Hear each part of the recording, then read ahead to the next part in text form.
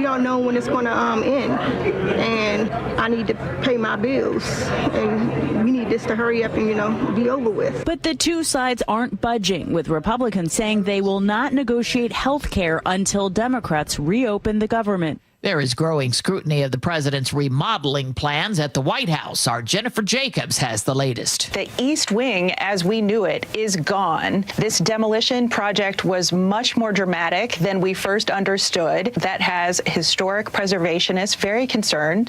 Some of them, including a National Trust for Historic Preservation, would like to put a pause on the demolition. It seems like it's too late for that. It's just gone. President Trump is hosting the NATO Secretary General at the White House this afternoon to discuss a European peace plan for Ukraine. Russia stepped up its attacks on Ukraine yesterday, as Rami Inocencio reports. Russia let loose across Ukraine just hours after Trump suspended that expected meeting with President Putin in Budapest and in Kharkiv, which is just about half an hour from the border with Russia. We've been there. A drone strike hit a kindergarten. Fire and rescue rushed to that school and were able actually to save all of those children and to evacuate all of them. Secretary of State Marco Rubio is heading to Israel this week, according to a senior State Department official. He's just the latest administration official to head to the region amid growing worries about the Gaza peace plan and whether Hamas will disarm. Longtime diplomat Dennis Ross. The only problem here is Hamas said they won't disarm, but they said they accept the 20 points. Well, if you accept the 20 points, one of those points is disarmament and demilitarization. As I said, that's the key to Israeli withdrawal. That's the key to reconstruction. Defense Secretary Pete Hegseth says the military has launched another strike on a drug vessel, this time in the Eastern Pacific. The other strikes have been in the Caribbean. An increasing number of home buyers getting cold feet. Business reporter Jason Brooks has the story. Redfin reports that more than 53,000 home purchase agreements were canceled in September, up nearly 14% compared to a year ago, and accounting for 15% of the homes that went under contract last month. Once hot real estate markets in the Sun Belt are seeing the biggest rise in cancellations. Buyers are having second thoughts due to hopes of getting a better deal on another home, as well as being concerned about job security. Checking the numbers on Wall Street at this hour, they're lower. The Dow is off almost 400 points. CBS News. Sponsored by Progressive. See why over 43 million drivers trust Progressive to stay protected on the road. See for yourself at Progressive.com. With new measles outbreaks in the U.S., there's a new tool to track your exposure. The story coming up. But first, KIRO Newsradio Traffic. Here's Nate Connors. All right, Heather, this report brought to us by Washington 811. Pretty smooth sailing across the map right now. Linwood to Seattle, just 20 minutes. You got a little slowing from Northgate into the U District. Both lake bridges are wide open. Down in Sumner, we do have a collision. It's eastbound 410 just past Valley Avenue, but it doesn't appear to be affecting traffic too much. Through Pacific, northbound 167, you've got about a 1 mile backup through those lane restrictions approaching Ellingson Road. Olympia to Tacoma, just a half-hour drive. Federal Way to Seattle's at 25 minutes. Bellevue to Renton, wide open at just 10 minutes. If you're digging in your yard, the law requires you to call 811 to avoid dangerous and costly damages to utility lines. Call 811 or submit online at digsafewa.com. KIRO News Radio, real-time traffic. I'm Nate Connors. KIRO News Radio, 97.3 FM, Northwest News. Now, the latest from KIRO News Radio and mynorthwest.com. Good afternoon. I'm Heather Bosch. A Seattle woman has been charged with first-degree murder in the stabbing death of her 4-year-old son at an apartment in the Roosevelt neighborhood last week. Officers say they found the boy unconscious when they responded to reports that the 45-year-old woman was suffering a potential mental health crisis. She's being held now on $5 million bail. Bail has been set for a father and mother accused of stabbing a DoorDash driver near Sequim and then taking off in his van along with their 7 children. Prosecutors say deputies found the vehicle in nearby Kitsap County with a couple and children inside. 2 of them are just sitting on their parents' laps. The other 5 are crammed in the back seat. There's no car seats. The children were properly clothed. Some of them were just in diapers, didn't have shoes on. Those children are now in protective custody while their parents face charges. Investigators say the victim was simply a good Samaritan who had offered the family a ride last weekend. Auburn police are searching for the vandals who targeted Halloween displays at multiple homes this week. Resident Rob Goshorn tells KIRO 7 TV the vandals smashed pumpkins, ripped down lights, and slashed inflatable figures. They came in and just punctured them with a knife. I don't know if it was a razor knife or what kind of knife it was, but slashed them pretty good. Officers are reviewing security footage.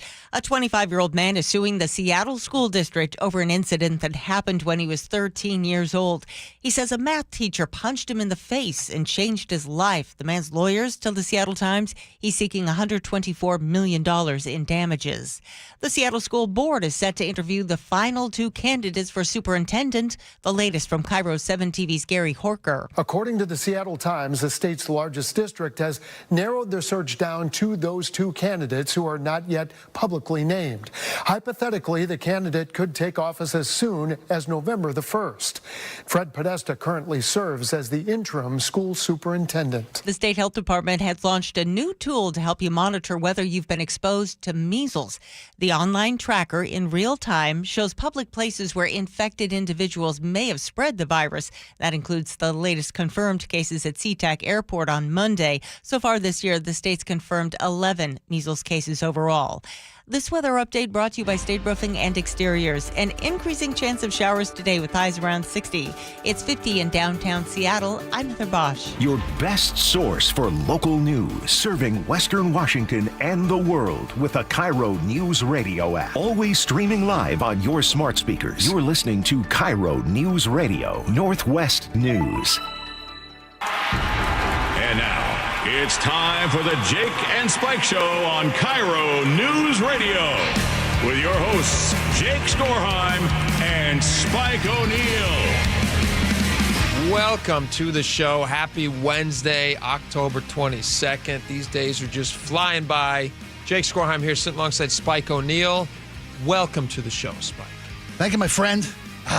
It's going to be a great day. Fast week, isn't it? Fast week. I know. It is a really fast week. Things Right? are moving It's already quick. Wednesday. Yeah. I barely woke up. It does. It feels like we're already at the weekend. Yep. Just a ton of fun. We got a lot of stuff to get to. Let's just jump right into first things first. First thing is a tease ahead.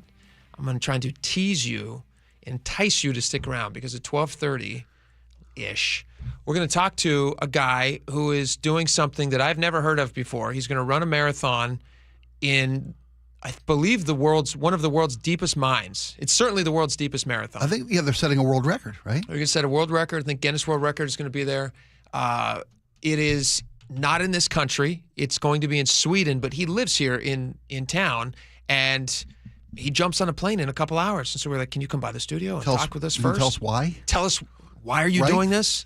You are a person. You're not a mole. Why are you doing this? It's a mole-a-thon. It's a mole-a-thon. Were we out of local marathons? I guess. Is he allergic to sunlight? I have so many questions. There's a lot of questions. How do you train for something like that? How are you going to light your path? How big is this mine? I mean, last time I checked, a marathon is 26.2 miles. Yeah. That's a big one. All right, so we're going to talk to him at 12:30. He'll be in studio, so it'll be a lot of fun. So tune back in for that. You can watch live on the KIRO News app or YouTube, which is a lot of fun. All right, let's get into some first things first here. Politics. Did you get your ballot in the mail? Well, I'm not a Seattle voter. Oh, you guys don't have? So there's no election up in your neck of the woods? There'll be stuff happening. I'm not a Seattle voter either. I know we're going to talk about the mayoral race, but I got my ballot in the mail. Got my voter's guide in the mail. There you go. You know. But this is a Seattle mayoral election. We're going to discuss for a second. There's a couple stories out right now about Katie Wilson that are interesting, and I have a question for the audience. Genuine question. Will this affect her chances in the election? You heard of something called an October surprise? Of course. I was about to ask. Is this it? Is this the biggie? Is this the big surprise? There's two big stories about Katie Wilson today. One from Seattle Red. Jason Rantz has it, and he's going to join us a little bit later in the show to talk about it. We'll tell you a little bit about it right now. And then there's another one from kind of a surprising source, KUOW. And as I was reading the story, when I first started reading it, I thought, is this a hit piece on Katie Wilson? Are they trying to get Harrell elected? From KUOW? From KUOW. Can't be. Well, it's not. Because as I was reading it, I'm going through it. It's lengthy. Okay. But that's the kind of work we do for you here. Sure. We summarize these things. We read them so you don't have to. And then we can also laugh at these things. And so I'm reading it, and as I'm reading it, I'm like, no, this is an explainer of Katie Wilson. These are complementary things that I just read and find unappealing. They find appealing. And so, okay. so I will read you Yes. some of these And, yep. in a moment, but I don't think they were intending it in any way to negatively affect her campaign. Okay. In fact, maybe just the opposite, actually. First one from Seattle Red, Jason Rantz. Check it out, seattlered.com. She was arrested. This is not recent. This was back in 2013. Yeah, it wasn't last night. Right. Was not last night. That would be a problem. That would be an October surprise if she was arrested. But no, she was arrested in 2013 at an anti-Walmart labor protest in Renton. Now, when I saw the story in my head, I was like, this is a badge of honor for her. She's like, I mean, this is for her constituency, the people that she wants to vote for her. I can see how it would be viewed that way, yeah. Big company. Yeah, is exactly a woman of the people. Workers' rights. Norma Ray. We if I dare. Woman of the people, as KIRO describes in just a second. That's a question. But she's arrested in 2013. She was not even placed in jail. Here's what happened. According to an incident report, Renton police gave multiple dispersal orders before announcing arrest for disorderly conduct. Under RCW, yada, yada, which prohibits intentionally obstructing vehicular or pedestrian traffic without lawful authorities. If officers identified, this is a anti-Walmart protest back in 2013. 13 people involved. Officers identified Wilson by her driver's license and noted that she was compliant during the arrest, so she was nice. There you go. She was processed and released at the scene along with 12 other suspects. There is, at the time, Wilson was 31 years old, living in Seattle. Case was referred to Renton Municipal Prosecutor's Office for review. There's no record of resistance or violence. Police described the arrest as peaceful but unlawful civil disobedience. I don't think this is a problem for her one bit. Oh, I think it's a free ad. Yeah. To your point about her voting base and what they hold dear, what their priorities are, and I'm kind of with her on this. I'm very much for workers' rights. I think big corporations like Walmart tend to exploit their workforce. And I probably would have been there myself at this rally had I been a motivated individual. You would have been protesting Walmart? Sure, absolutely. I absolutely. Do you ever shop at Walmart? I have. I do it out of How could you? How could I? They exploit workers. They do exploit workers, and I give them as little of my money as I can. But you still give them your sometimes they give them my money. Yeah. You gotta stop. Okay, you think I should? Power of the dollar. Yeah, just stop. Yeah, okay. I mean, if you're gonna go on the radio, I'll be the say difference they maker. Exploit workers. They do exploit workers, and That's your opinion. My lack of backbone. Oh, dude, they exploit their workers. Of course they do. That's your opinion. They have the largest Right? workforce. That is your opinion. That's my opinion. Yes. They have the largest. It's my opinion. The No, liability issues. I appreciate you I'm covering protecting you. Look at you looking out for me. Yes. What a team. So I think they have if I'm not mistaken, the largest workforce in America. Right. They're the largest employer in America. That's totally believable. I don't know that to be true. That sounds right. At one point, I know that to be the case. I'm not sure if someone has overtaken them. I think Amazon was close, but they're going to robots. Seasonally, Amazon. Robots. Yeah. I love that. I also know that they have a large portion of their workforce is relying on federal subsidies, like food stamps and public assistance.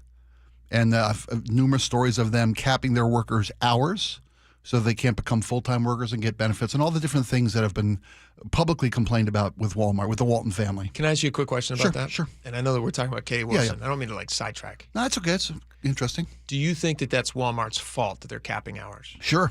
Absolutely. Should companies cap hours? Should because they're not. They didn't invent that process. No, I'm sure that there are moments and Starbucks, situationals. Every company I've ever worked for, I'm sure as there's a part-time employee, caps your hours. I'm sure there are situations where it's the right thing to do from a business perspective to cap hours, but when you've become one of the richest families in America, which the Waltons are, and you've got the largest. They didn't get that way by making everybody a full-time employee. That's right. They got there by charging or cutting people off at 39 hours, or by paying them a wage that has to be supplemented by public dollars. You and me are paying for Walmart's workforce. Listen, I can't speak to the personal situations of every Walmart employee. Mm-hmm. I don't know that they have more or less public subsidies that they receive than a Starbucks worker, but those workers are also capped in hours. Do you have the same problems with Walmart or with Starbucks?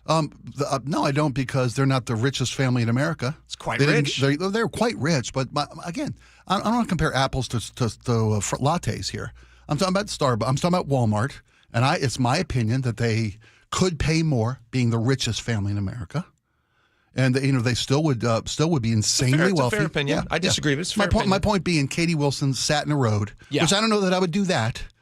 That's why she was arrested for sitting in a roadway. Sure. And she wanted to be arrested, clearly. They made the decision to be arrested. They said they gave her many Didn't opportunities resist. to get out of the way. Yeah, she made the decision. She wanted to be arrested. She wanted to make her point with her liberty for a moment or two until they released her. Let me ask you this question. Would you remember if you were arrested? Her campaign says she doesn't remember being arrested. I remember every time. She doesn't remember many of the details.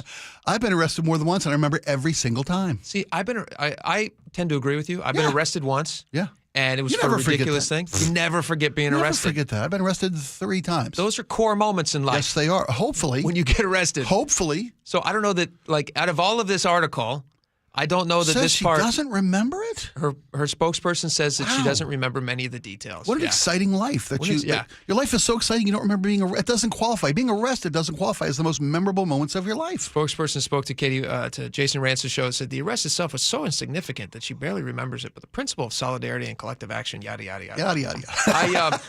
That's great. I will give her the benefit of the doubt because she was not actually taken anywhere, because she was arrested, processed, and released at the spot, and because I'm betting that's not the first time that happened. She's probably went to many. This probably was not her first protest. Probably had many interactions. So it's possible that she just doesn't remember this one specifically. That's big of you. Yeah. I want to be generous. Yeah, that's good. Me. I'm a generous guy. You are. All right. The question was, is this an October surprise? Well, no. The thing is, it highlights. Right? I don't know who leaked this information. It was leaked. It was sent to Jason Rance, who has a story on it. And he's going to join us later to talk about it. But the interesting thing is, if it was leaked by somebody in the Harrow campaign, just doing anything they can to try to make inroads because she's still leading in polls, it kind of does the opposite because he was also arrested.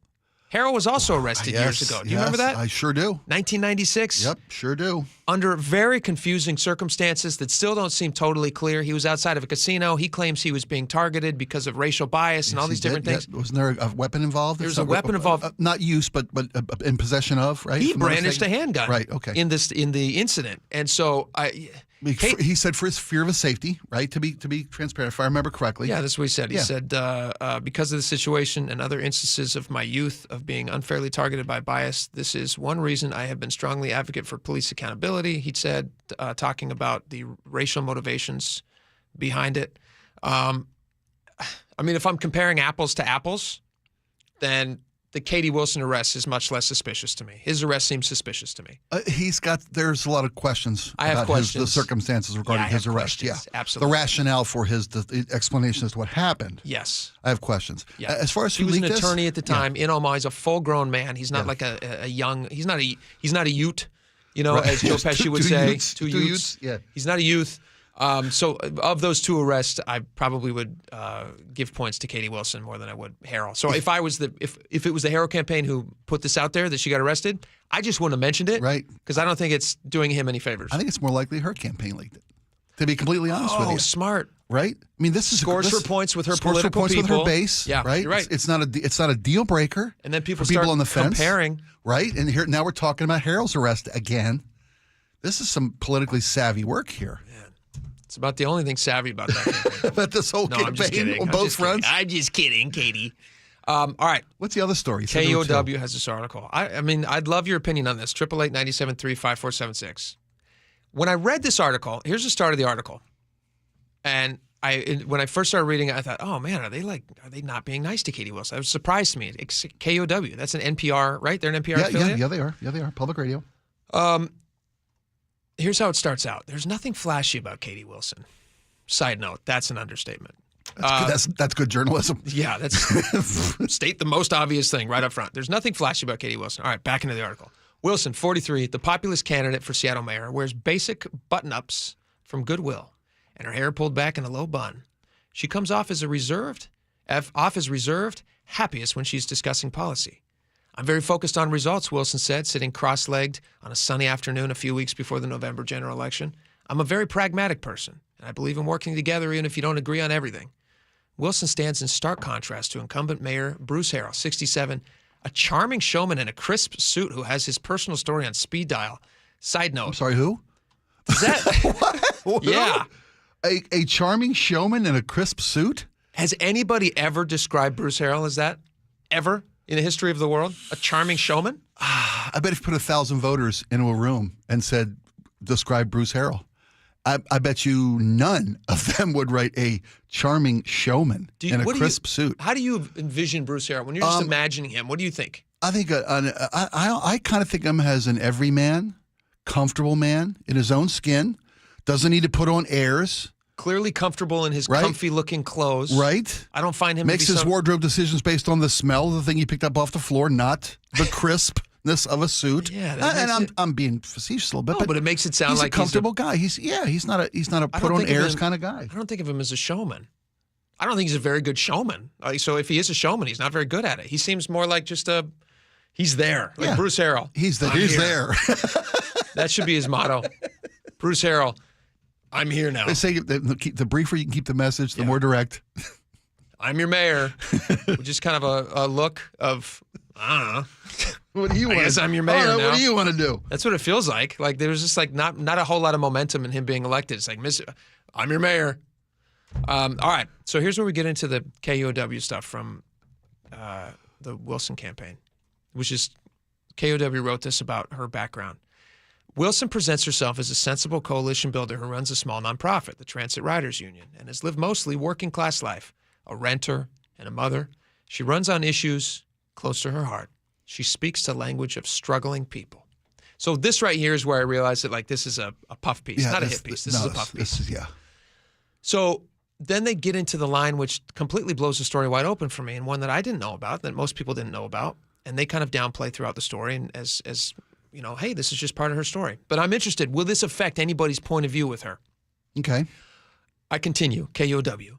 But not included in the narrative Wilson tells on the campaign trail is how she affords this expensive city. Because that is one thing, by the way, this is me talking, not KOW. She does often talk about, boy, this is unaffordable. We have an affordability crisis in Seattle, which she's not wrong about. It's really super expensive. True. Everything's really expensive here. She's always talking about childcare. That's her big issue because she's got a toddler. Her and her husband, they have a baby, and it's really expensive to have childcare, and she wants to make childcare. I believe she wants to make it free for everybody, and she wants to raise taxes to do it. And then they get into the next line of the article here. How does she afford this expensive city? The answer is simple and arguably very Seattle, KOW writes. Her parents, professors in New York State, give her money. They send me checks periodically to help with childcare expenses, she said, adding that daycare for her toddler costs around $2,200 a month. She did not say precisely how much her parents contribute, noting that she does not keep track. When pressed, she said money arrives every couple of months. Wilson acknowledged the immense privilege she had growing up in a secure academic household. She became aware of that privilege while attending public schools where she had friends who were not as lucky. Well, that's very big of her to associate with the common man. We've all been there, haven't we? That definitely affected me, she said, that feeling that this wasn't fair, this wasn't right. That realization informs her politics today. Interesting. Because she went to public school with poor kids? I don't get it. How does that inform her entire world? I think she was shown and made aware of her own privilege. That informs her politics today. That a lot of people haven't had it as easy as she's had it. Let me ask you a question. I can see that side of the argument, yeah. If you have a person who's receiving money, she's running for mayor. Does this hurt her at all when people talk about whether or not they're going to vote for her? She wears it as a badge of honor, just like the arrest. I imagine she wears this as a badge. The end of the article says, what does it say here? Wilson's come this far with help from family, from supporters. If she makes it all the way to the mayor's office, she wants to create policies she thinks will help the most people. Do you think this helps or hurts her? This is a much greater calculation. That when you talk about the leaking the story of the arrest, that's an easy call to make. I feel like as a campaign. This, however, somebody knew this was going to come out. Yeah. That the money every month from every other month from mom and dad. Yeah, covering these things. Is it a hit worth taking to put affordability at the front of the discussion? Is it the head of the conversation? Cosplay? Is it cosplay? Is that what she's doing? What do you mean? How do you mean? Is she pretending? Is she a pretender? Is she pretending that it's hard to live in Seattle? It's an unaffordable city. She wears the Goodwill clothes. She doesn't. She clearly presents a very specific image. Yeah. She always kind of has like a depressed look on her face. She's low overhead with regard to her look. Is she pretending to be something that she's not? Ooh, okay. That's the article talks about. Getting help from mom and dad every other month. Even at health, she's mid-30s. Did you know she went to Oxford University? I heard that she quit Oxford before she graduated, quit before right? she graduated. Couldn't afford it? No. Her parents foot the bill for the entire thing, which they mentioned in the article. Didn't look good in cap and robes? Her husband doesn't work. He has dreams of running a bakery at home, but he doesn't work. Don't they live in a one-bedroom apartment on Capitol Hill? But they have childcare costs that are so Oh, expensive. okay. So why isn't he taking care of the child? I would respect a stay-at-home parent. My wife's a stay-at-home parent. He's not working because he's helping with the campaign. That's what it says, That's right? what it says, but why not take care of the child instead of having grandma and grandpa pay for the childcare? Interesting. And instead of complaining to everybody about childcare costs. These are all questions. That's Questions. fair. It's fair. All right, let us know, 888-973-5476. Great interview coming back. An underground marathon runner. What even is that? We'll have it when we come back. Stick around.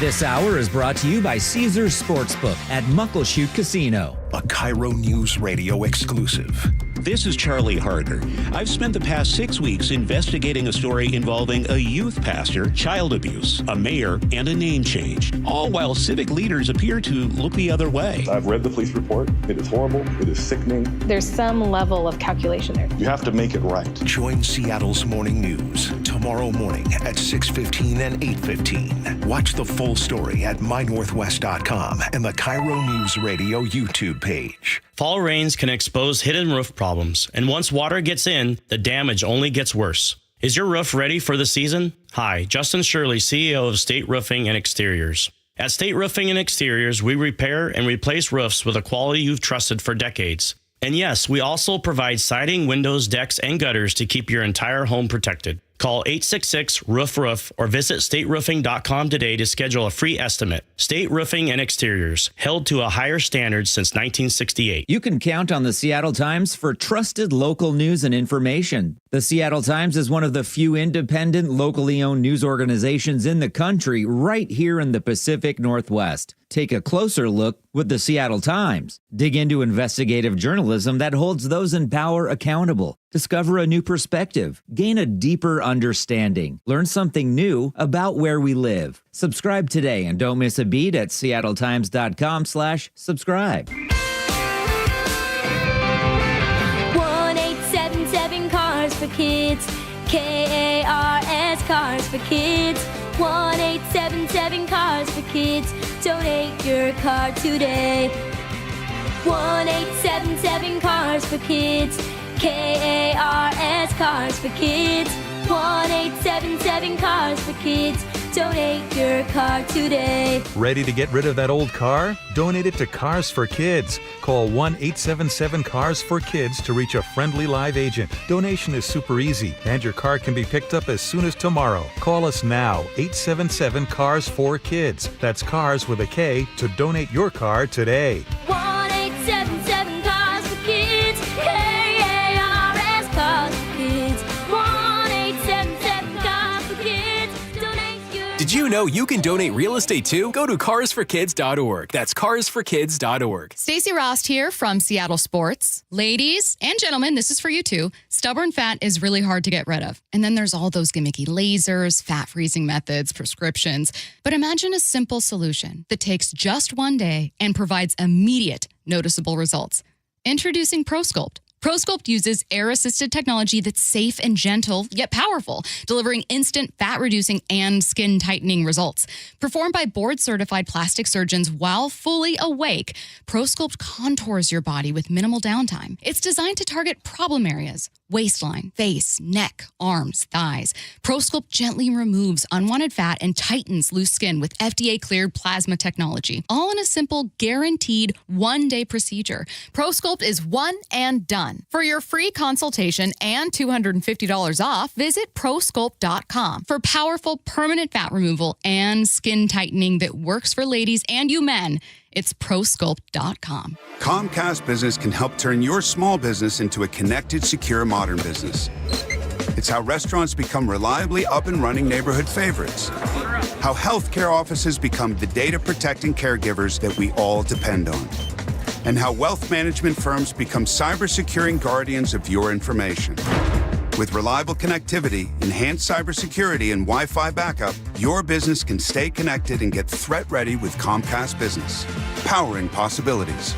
Now through November 16th, new Comcast Business customers can get started with 150 megabit internet plus security for $59.99 a month for 12 months with a 2-year agreement. Plus, ask how to get a $500 prepaid card on a qualifying gig package. Call today. Restrictions apply. Requires enrollment in paperless billing and auto pay with bank account. Early termination fee applies. Equipment, taxes, and fees extra. This might be the most surprising statistic I've shared in decades of doing local news. More than 75% of commuters will be involved in a car accident at some point.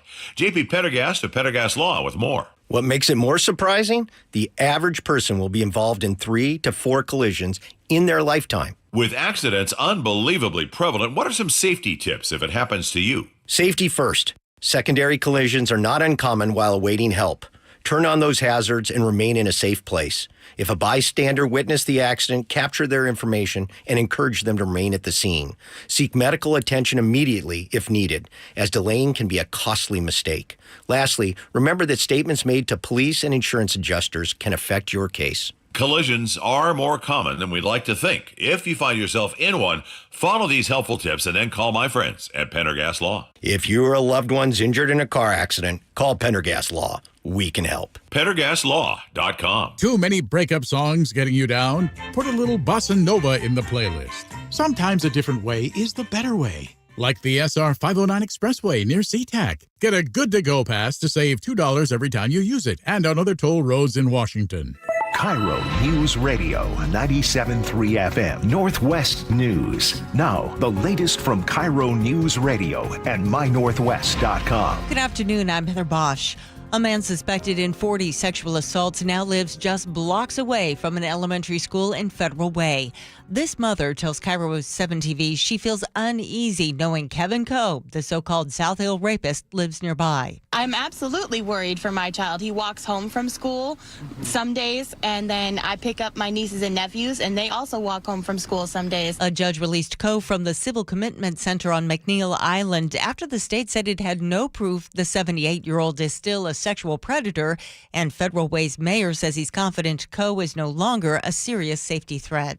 State engineers are examining a bridge near I-90 near Cle Elum, where they say a truck carrying an oversized load slammed into an overpass. State Trooper Jeremy Weber tells me oversized loads are supposed to go around, not under the I-90 Bullfrog Bridge. And when this one truck driver didn't do the right thing, then of course struck the bridge and caused massive damage. The impact sent concrete flying and left dozens of pieces of rebar dangling over the pavement. It's the third bridge hit by a truck in the past couple of months. A State Route 167 overpass in Pacific remains under repair. The nearby White River Bridge on State Route 410 just reopened. Luke Ducey, KIRO News Radio. At the White House today, the East Wing as we knew it is gone. CBS's Jennifer Jacobs says it's being demolished to make way for President Trump's ballroom. Now, historic preservationists are hoping to put a pause on this and have it go through the normal review process and open it up to public comment, but it seems like it is too late for that. It is day 22 of the federal government shutdown, and furloughed federal workers are seeking help where they can. Where there's a need, we feed. Pastor Oliver Carter runs a food bank near Washington, D.C. He says he gets it. My wife works for the federal government right now. And she's furloughed. And we got a check last week, a half a check, and this week is no check coming. So we should be in line too. But it's really great that we can help other people while we need help. Upwards of 80,000 workers in Washington state are affected by the shutdown. They may qualify for unemployment and other services through the state.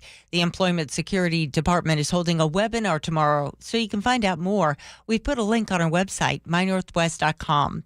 On Wall Street, the Dow is down 303 points, NASDAQ off 223 over China-U.S. trade war fears. KIRO News Radio traffic. Now here's Nate Connors. Thanks, Heather. This report brought to you by Seattle Sports. As Heather was just talking about that bridge strike out in Cle Elum right now, we're seeing about a 3-mile backup westbound 90 approaching Bullfrog, and it's taking you a half hour to make it through that backup. Around here, not much happening. Linwood to Seattle, 20 minutes. Little crowding from the U District in the downtown. North 5, you'll slow briefly between the West Seattle Bridge and I-90. Through Factoria, South 405, volumes are picking up. Bellevue to Renton pushing 15 minutes. Still great. I'm starting to see volumes pick up South 5 at the JBLM main gate. Tacoma to Olympia, also still looking great, taking just 35 minutes. Download the Seattle Sports app to stay in the know with the latest news, scores, and opinions about your favorite teams. KIRO News Radio, real-time traffic. I'm Nate Connors. This weather update brought to you by State Roofing and Exteriors. An increasing chance of showers today with highs around 60. It's 57 in downtown Seattle. I'm Heather Bosch. Your best source for local news. You're listening to KIRO Newsradio Northwest News. All right, welcome back to the show. We're really excited. We're talking with somebody who's doing something. He's a local guy, but he's leaving the country to do something kind of remarkable and confusing, and I don't understand why he's doing it. Chris King Sidney joins us now. Chris, welcome to the show. Thanks for being good to be here. All right, Chris, my producer sent us this article, and she says, this would be really interesting. Talk to this guy. He's running a marathon underground, which is not often where you run marathons. Let's start back at the beginning. Are you a marathon runner? No, actually, this will be my first marathon. Perfect. Sounds about right. Is it the underground so people don't see how badly you do? First off, okay, what makes you want to marathon at this stage of your life? Well, I've never done one before. I've done a half before. I used to run cross country when I was in high school, and I figured kind of a bit of a bucket list thing. Why not? Do one, and this will be one and done. I don't plan on doing another one. And if I'm going to do one, I might as well do something that's a little bit interesting, crazy, and not just your standard. And this is, if I read the article correctly, this is being billed as the world's deepest marathon. And where is this taking place? And how did you? I have a million questions about this, Sure. Chris. So first, like just said, it will be, once we all complete it. There's 60 of us that are doing it. Okay. It will be the world's. We have Guinness World Records that are on site and everything and doing it. It will be a Guinness World Record for the deepest marathon ever run by a group. And where is this taking place? It's in Sweden. It's at there's a Swedish mining company called Boliden, and it's at their Garpenberg mine, which is about 2.5-3 hours north of Stockholm. So I'm flying out this afternoon, actually, here from Seattle to Sweden. This is in Garpenberg? In Garpenberg. Beautiful. Beautiful. Love it, right? Love it. Yeah. I summer there. Times there. I've never been above ground there, though. I heard it's nice. It's all right. Okay. You want to be in the mine. If you're going to be in Garpenberg, you want to go in the mine. And so it's 1,100 meters underground, so more than a kilometer. And if you actually just picture just the depth of that, that's even way deeper than the deepest nuclear submarine can go in terms of depth, right? It's pretty remarkable. And so it's over a kilometer underground. Why is this happening, Chris? So we are doing it. There's 60 of us that are doing it, and a big part of this is to raise awareness. We are raising money for 2 important charities. Cool. Right? Okay. That is a big part of this. Also, there is a really important theme around raising awareness around mine safety. Mm-hmm. Mining is critical for the energy transition and the journey that we are on. Whether it's related to electric vehicles, whether it's related to renewable energy. So many of the different components are made up of copper, of nickel, of lithium, of these critical minerals. They're also powered by the things that we're digging out of the ground. Yeah. And without mining, a lot of these things that we rely upon for the energy transition just simply can't happen. And so mining in the past, has gotten a bit of a bad reputation from a safety standpoint. You think about miners in different developing. That's mostly all we know about mining is the safety element. We think it's unsafe. You see movies like Avatar where they're just, pillaging. Hell, I remember Coal Miner's Daughter. I mean, everything I know about mining is about mining safety and the effects of mining on miners. Yeah. And it is actually an incredibly safe profession. And a bit of what we're trying to do here is to raise awareness around the safety of mining and the importance of mining for just our global economy and energy transition and where it's going. And so that's a lot of us that are running it really have themes to the mining and metal sector globally. And so we want to raise awareness through doing this pretty crazy feat. So this is more than a kilometer down. That's right. And I don't imagine there's a ton of natural light down there.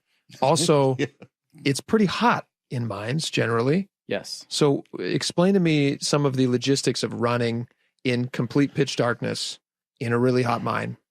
Yep. Explain that. So we all, we have to wear helmets, and specifically designed helmets for this. They're sort of biking helmets that are specifically designed. We have headlamps that are affixed to the top of our helmets. We have high vis reflective shirts and socks and everything so that we can be seen. We have transponders on our helmets should ever something happen. In case they lose you in the mine. Something happens. Yeah. And it literally will be at the beginning of the run. There will be sort of a staging area where there will be some lamps that are set up so that you can see. And there's a turnaround point because it's not that like we're doing 26 miles all in one direction.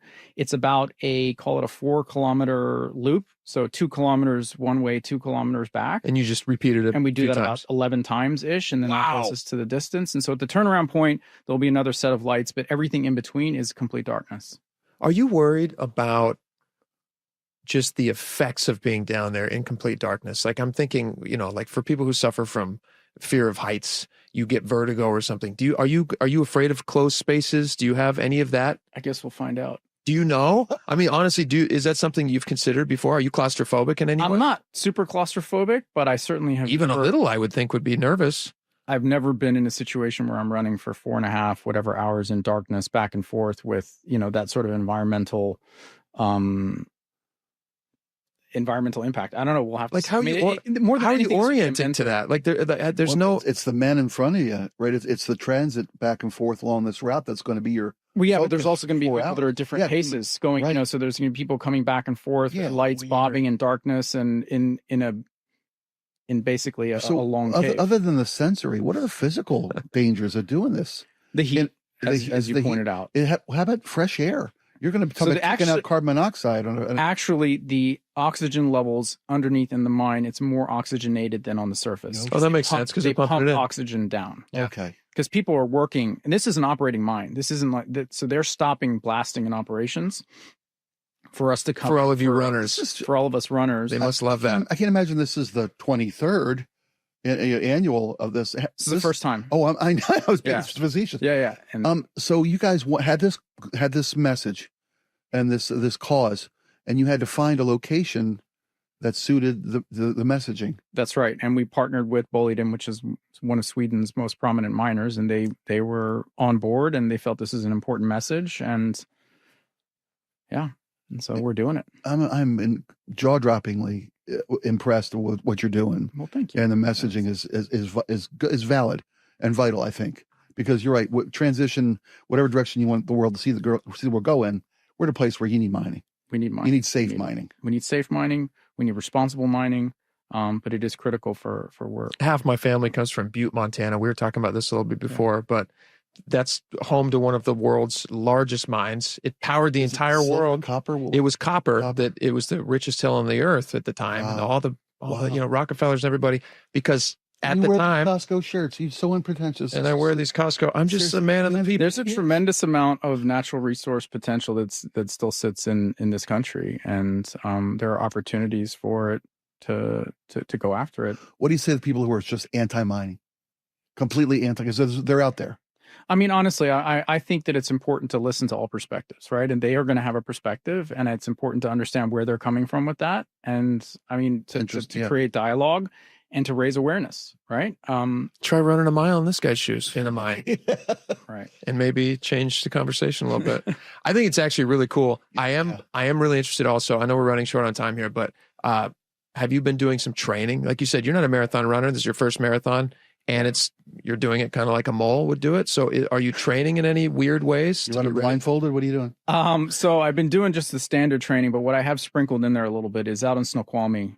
There's the tunnel that goes through. Yeah, the John Wayne. That's so smart. Tunnel there. Yeah. That you can actually cut through the mountain, and it's dark. And so I've done a couple of runs in there just to try and simulate what it would be like to run in. How'd it go? It was disturbing, I bet. He's flying out tonight. But I knew that there was light at the end, right? Okay. Yeah. And so that was mentally a little bit different. Yeah, and when you're running in your race, you're just going to be heading deep. Yeah, you're hoping to get back. And you just come back, and then it's, again, the same thing, and it's all deep until you get back up. That trail, for anybody who hasn't run it, just a side note, have you done that? I've walked it. I don't run. It just messes with your whole perspective because you can see this tiny, tiny, tiny little dot of light. It's like a mile, right? It's like a mile straight. I think it's about that. Yeah, it's about. You can see this tiny little sliver of light, and it's a 20-foot opening a mile away. And you're just like, oh my gosh, I'm never going to get there. I'm going to die in here. I don't think that's going to happen to you in Sweden. I think it's going to go well. You seem like a pretty even-tempered, nice guy. Can we speak to you afterward to make sure everything's okay? Yeah. Can you send us some pictures or some video? There's actually going to be a whole film crew. There's going to be a documentary around it. So I'm happy to, of course, share that when all that's done and we fantastic. come out. And when you leave? Have the record. 5 p.m. flight. You're heading out in just a couple hours. Yeah. Oh, fantastic. Yeah. All right. Chris King, Sydney, we wish him the best. Good luck. Thank you. We hope to see you return. I hope. Yeah. Thanks a lot. All right. All right. We got a lot more coming up. Stick around.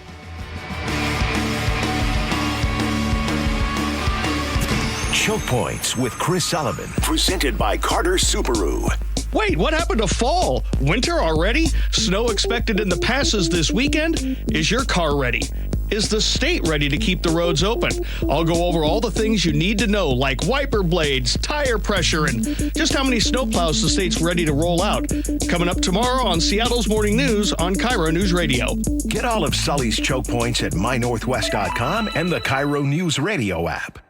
So what will you have today? Vanilla, chocolate, strawberry? When it comes to picking ice cream, there are lots of choices, and they all look and sound so good. Choosing a Medicare plan is a lot like that. So many options, all sound good. But if you pick a plan that's not right for you, there can be serious consequences.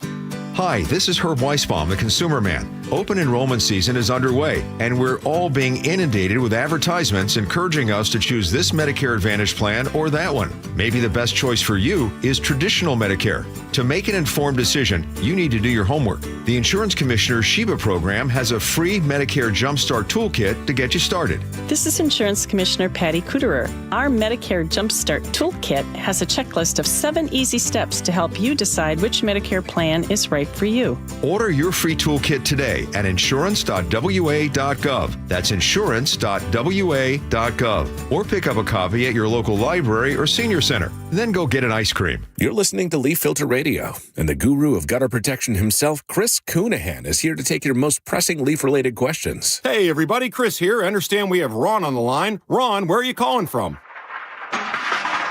Uh-oh. Ron, are you calling from a ladder? Well, I was.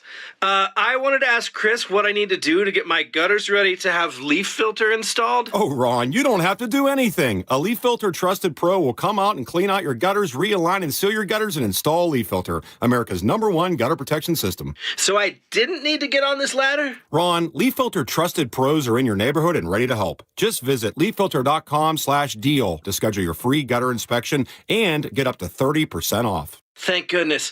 What was that site? To get this special radio offer, go to leaffilter.com/deal for your free gutter inspection today and get up to 30% off. That's leaffilter.com/deal for up to 30% off. leaffilter.com/deal. See representative for warranty details. Homes are sitting, but the bottleneck is about to break. Set yourself up for success by working with a team that doesn't just set up your listings and let it sit. The Novak team creates a marketing strategy that's hands down proven successful. Mike sold over 1,500 homes and guarantees to sell your home in 21 days. If Mike doesn't get your home under contract within 21 days, he sells it for free. That is no commission for Mike. Go to meetthenovaks.com. That's meetthenovaks, NOVAKS.com.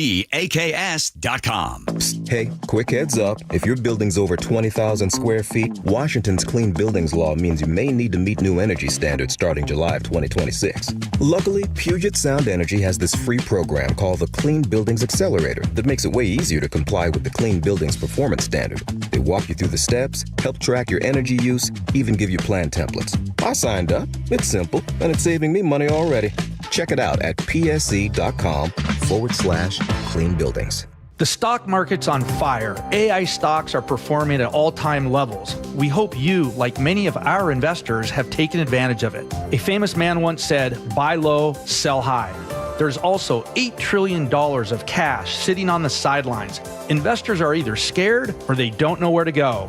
Hi, I'm Scott Rireka, CEO of Legacy Group Capital in Bellevue. Legacy Group Capital develops local real estate, lends money, and shares profit with our investors. We've been doing it for 19 years, averaging double-digit returns with zero investor losses. Diversify with Legacy Group Capital and invest in our family of funds. From a 3-year investment with double-digit returns to only a 90-day commitment returning 7%. We also accept IRAs. Find out why 1,300 local investors have invested over $350 million. Legacy Group Capital at LegacyG.com. This is not investment advice. Investments available to accredited investors only. Details at LegacyG.com. Hey, Brock Ewart here with Shannon O'Kelly, President and CEO of IRG Physical and Hand Therapy, inviting you to come work with IRG. And Shannon, what kind of staff are you looking for at IRG? Brock, we're looking for all kinds of clinical staff, physical therapists, occupational therapists, athletic trainers, certified occupational therapy technicians, physical therapy assistants, you name it on the clinical side. We are looking for those folks. But we are really looking for folks that want to come to an organization that want to be part of our culture and change the culture and work with us to provide the best care and service we can to our patients, our team, and our community. So those clinical people out there, we're looking for you. We also provide advanced certification. We want to provide you mentorship. We want you to grow personally and professionally here at IRG. With over 40 clinics throughout the Pacific Northwest, you've got the opportunity to work in the city you want. Just head over to irgpt.com/careers. That's irgpt.com/careers. If you use carpool or toll lanes along SR 167 without a Good to Go account, you'll now receive a bill in the mail. That is a change. A Good to Go pass saves $2 on every toll. That is not a change. Learn more at goodtogo167.com. With football season comes cooler weather, so if you need new windows and doors, don't drop the ball. Steve Rabel here. Call on locally owned Pella Windows and Doors of Western Washington to tackle your project. Their wide selection of windows and doors always beats the competition, and they'll give you top-notch customer service with no trick plays. Schedule a free consultation with Pella Windows and Doors of Western Washington. Go to PellaPNW.com. That's PellaPNW.com.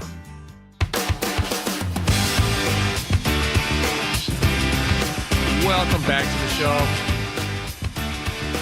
Question for you, Spike. There is a possibility that what's the blood alcohol content limit in Washington State? It's 0.8, right? 0.08. 0.08. Oh, wait. Not 0.8. No, not 0.8. That'd be a lot. You're falling over. 0.08. And there is apparently right now there's some discussions about whether or not to lower that to 0.5. And I believe the Washington State Patrol Chief, John Batiste, he's saying that Washington State should lower their blood alcohol content limit for drivers to 0.05. And we would be following, the only other state to have a lower BAC than Washington is Utah. Yeah. And I didn't even know they had alcohol in Utah. And so they would lower it to 0.05, which is what it is. 0.05. That's what it is. Yeah, 0.05. That's what it is in Utah. Everybody else in the country has the same 0.08. Yeah. So Batiste says that this would not be about getting more drunk drivers. This would be about helping people to understand that it's very dangerous to drive with any alcohol in your system, which he's not wrong about. Buzz driving is drunk driving. Buzz driving, mantra, right? drunk driving, same thing. Yeah. And it's about reaction times, response times. Save times. lives. That's what they're talking about. He says would reduce alcohol-related fatalities by 11.1%. He says it would save 1,700 lives every year. That's a big number. It's hard to argue against that. What do you think about it? I'm going to argue against this. Argue against it. Go ahead. It's funny. I think that the blood. First off, I've never, knock wood, I don't drink and drive. I don't drink anymore, I've seen far too many people have problems with drinking and driving. I've seen far too many tragedies happen. I'm against drinking and driving. I think that it's a bold stance. The point of thank you very much. I know, right? Hot take. Don't drink and drive. Spike O'Neill. It's a matter of impairment, and I think that people can be. People can be at 07 and have no impact whatsoever on their response time. People can be at 03 and not be able to handle a car and have bad reactions. I think the blood alcohol level shouldn't be the determining factor in whether or not someone is driving impaired. I think if you get pulled over and you blow a 0.08, that's okay. That's the law. Okay, but if you blow a 0.5 and you can handle yourself, you pass every test. Because a lot of times these are just checkpoints and not reactions to people who aren't handling their vehicle. Mm-hmm. I think 0.05 would put far more people who aren't a danger to society, aren't a danger on the roads, in legal jeopardy. I think 0.08, I don't think dropping it from 0.08 to 0.05 is going to stop people's behavior. Yeah. I think it's just going to make more people get arrested. It's such a tiny little sliver, too. I mean, that's like what? I mean, I'm not a scientist, but that's a sip. You know what I mean? It's funny because it depends on who you are. Like, how much is it? That's the thing. It's like, how do you measure that? For Laura, it's a half a glass of wine. For you or me, it's a couple different beers. For some guys, a whole 6-pack would move the needle that much. You should just not drink at all and drive. Like, that should be your rule. If you're going to have drinks, don't drive. And like, what's the rule is the 1 per hour, right? So if you're at a place and you have a drink, it takes about an hour to burn off a beer, an hour to burn off think about getting in the car. And, and make the, like you said, if you're going to go out drinking, don't go out driving. Don't be dumb about it. Whether you're sober or impaired or feel fine, hire a car. Don't drive. Yeah. Or stay at your house. Stay at your house. Funny you mentioned that. I have a friend, I saw this text chain go by. The guy says, hey, you know what? I knew that I could drive, but I also knew that I had been drinking, so I called an Uber. Smart. His buddy responded, the party was at your house. Where did you take an Uber to? Just want to see the world. Just want to see the world. Anywho, don't drink and drive. That's funny. All right, we got a lot more coming up, including a local small-town county treasurer who stole a bunch of money. How much jail time? We'll tell you next.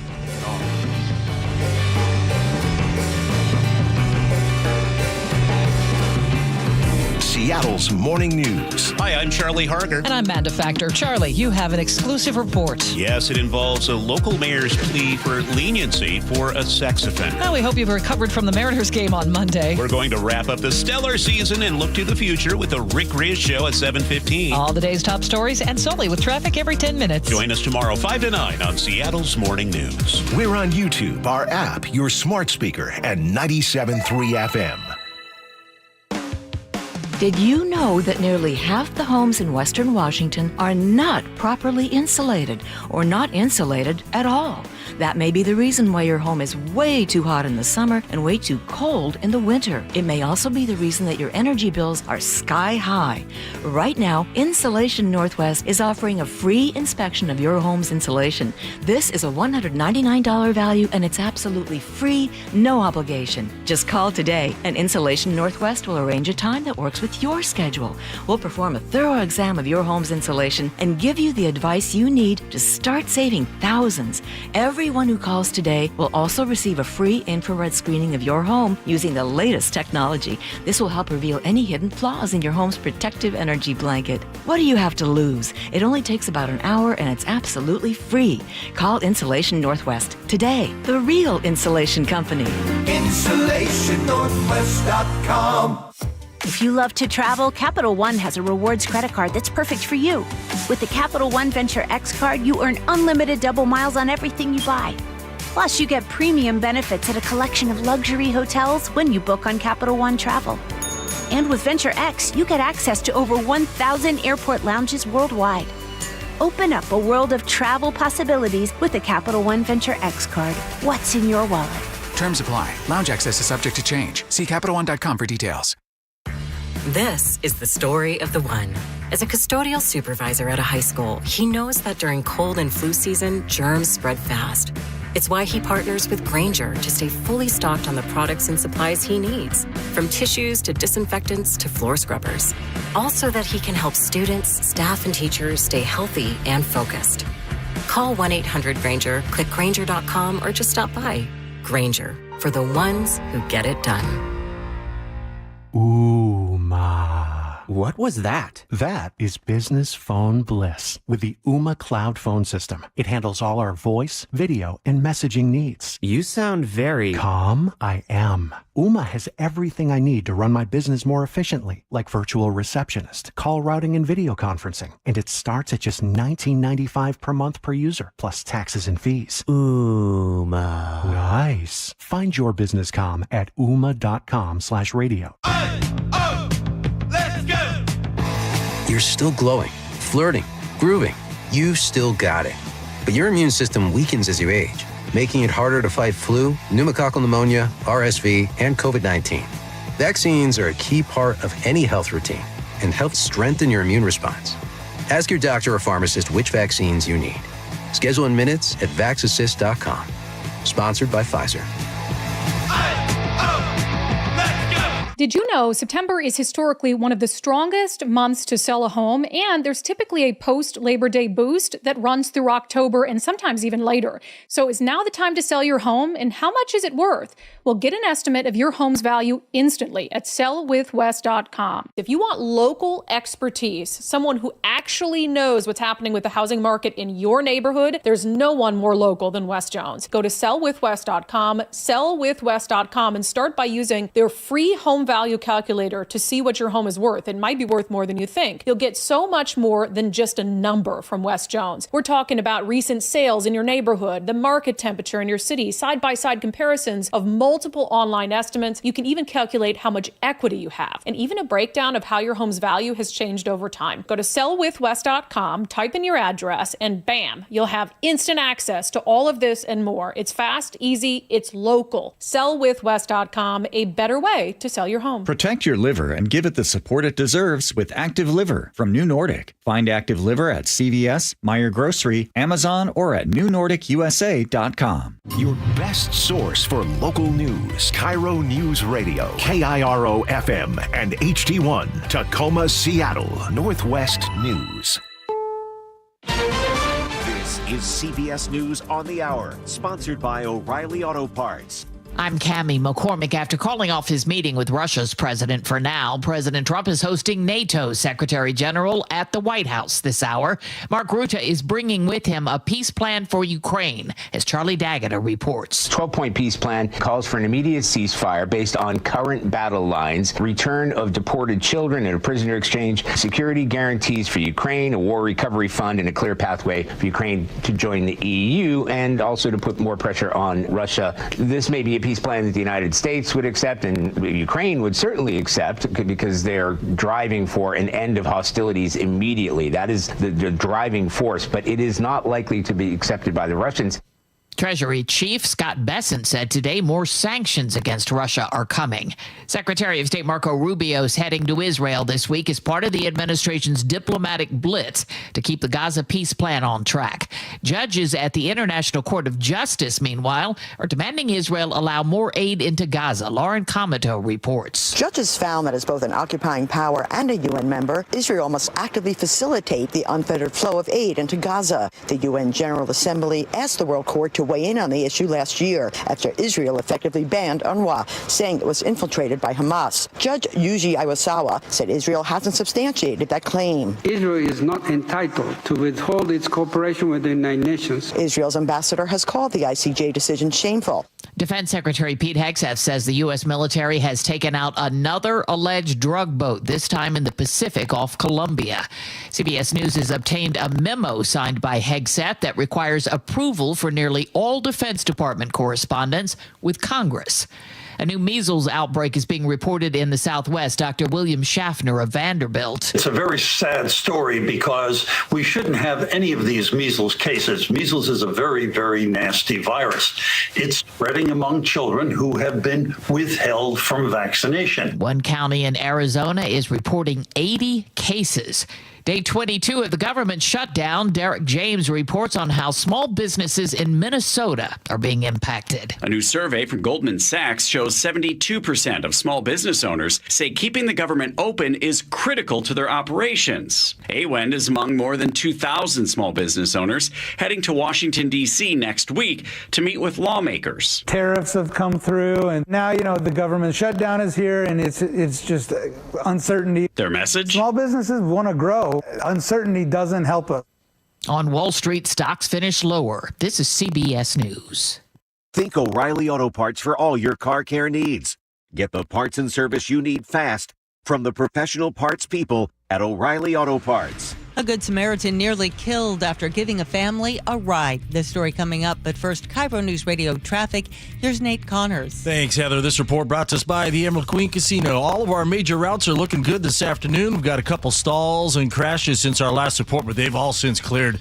If you're heading through Seattle right now, both directions of I-5 have just a little crowding to get through as you make your way through downtown. Nothing's going to slow your commute too much. South 405 slows briefly through Factoria. I'm seeing heavy volumes this afternoon on 145th as you approach I-5 up in Shoreline in both directions. This is probably due to road work up there. And in Tacoma, eastbound 16 heavy as you approach Cheney Stadium over to Union. Other than that, we're looking really good out there. The Emerald Queen Casino, the entertainment capital of the Northwest, is the best place to watch all your favorite sports, featuring wall-to-wall viewing screens, kiosks, and more. Be there at emeraldqueen.com. KIRO News Radio, real-time traffic. I'm Nate Connors. KIRO News Radio 97.3 FM Northwest News. Now, the latest from KIRO News Radio and mynorthwest.com. Good afternoon. I'm Heather Bosch. Investigators now say it was a Good Samaritan who offered a couple and their kids a ride in his van and was nearly killed for his generosity. KIRO 7 TV's Allison Amoy reports. According to investigators, the couple and their 7 children were walking on a dark road Sunday night after their truck got stuck, and that's when Melvin Swaggerty spotted them on his DoorDash route, and he offered them a ride. Shortly after, he was stabbed multiple times, including in his neck, and he fell out of the car bleeding heavily. Prosecutors say the suspects then took off in his car. They were later spotted in Kitsap County in that same car with all their kids in tow. The children are in protective custody while their parents remain behind bars. A quiet East Bremerton neighborhood woke up to a SWAT raid this morning. The Kitsap County Sheriff's Office says 15 people were living on one property on Bell Park Drive. 4 were arrested on drug charges and outstanding warrants. Detectives are still at the scene collecting evidence. Auburn police are investigating after Halloween displays at multiple homes in Auburn were destroyed. KIRO 7 TV's Samantha Lomibao reports. Cameras caught a vandalism spree across Auburn. Surveillance video captures teens storming a porch, smashing pumpkins. 4 miles away, what appears to be the same group toppling a 12-foot skeleton. Then this, another inflatable slashed. I couldn't comprehend what would make them want to do that, and so many in one night. Auburn police says they're investigating multiple vandalism reports. Officers are reviewing security footage. The Everett City Council plans to vote tonight on whether to renew a law meant to deter homeless camps. The ordinance bans sitting or lying down in parts of the downtown and giving out food and supplies without a permit. Critics say it hurts the homeless. Supporters say it encourages them to use shelters and other services. The Seattle City Council has a little more money to work with than previously thought. The city's Jan Duras presented the October forecast this week. In general, the forecast reflects that slightly improved outlook, increases revenues, not dramatically. He says the city will have an additional $12 million. That's a small fraction, though, of the city's general fund. This weather update brought to you by State Roofing and Exteriors. An increasing chance of showers today with highs around 60. It's 58 in downtown Seattle. I'm Heather Bosch. Your best source for local news, serving Western Washington and the world with a KIRO News Radio app. Always streaming live on your smart speakers. You're listening to KIRO News Radio, Northwest News. And now, it's time for the Jake and Spike Show on KIRO News Radio. With your hosts, Jake Skorheim and Spike O'Neill. Welcome back to the show. 1 hour down, 2 fantastic, fun-filled hours to go. Ooh, baby. Lots of stuff to get to. We're going to talk in just a little bit about the new ballroom being built at the White House. Everybody has an opinion on that, and that's one of the big topics of the day.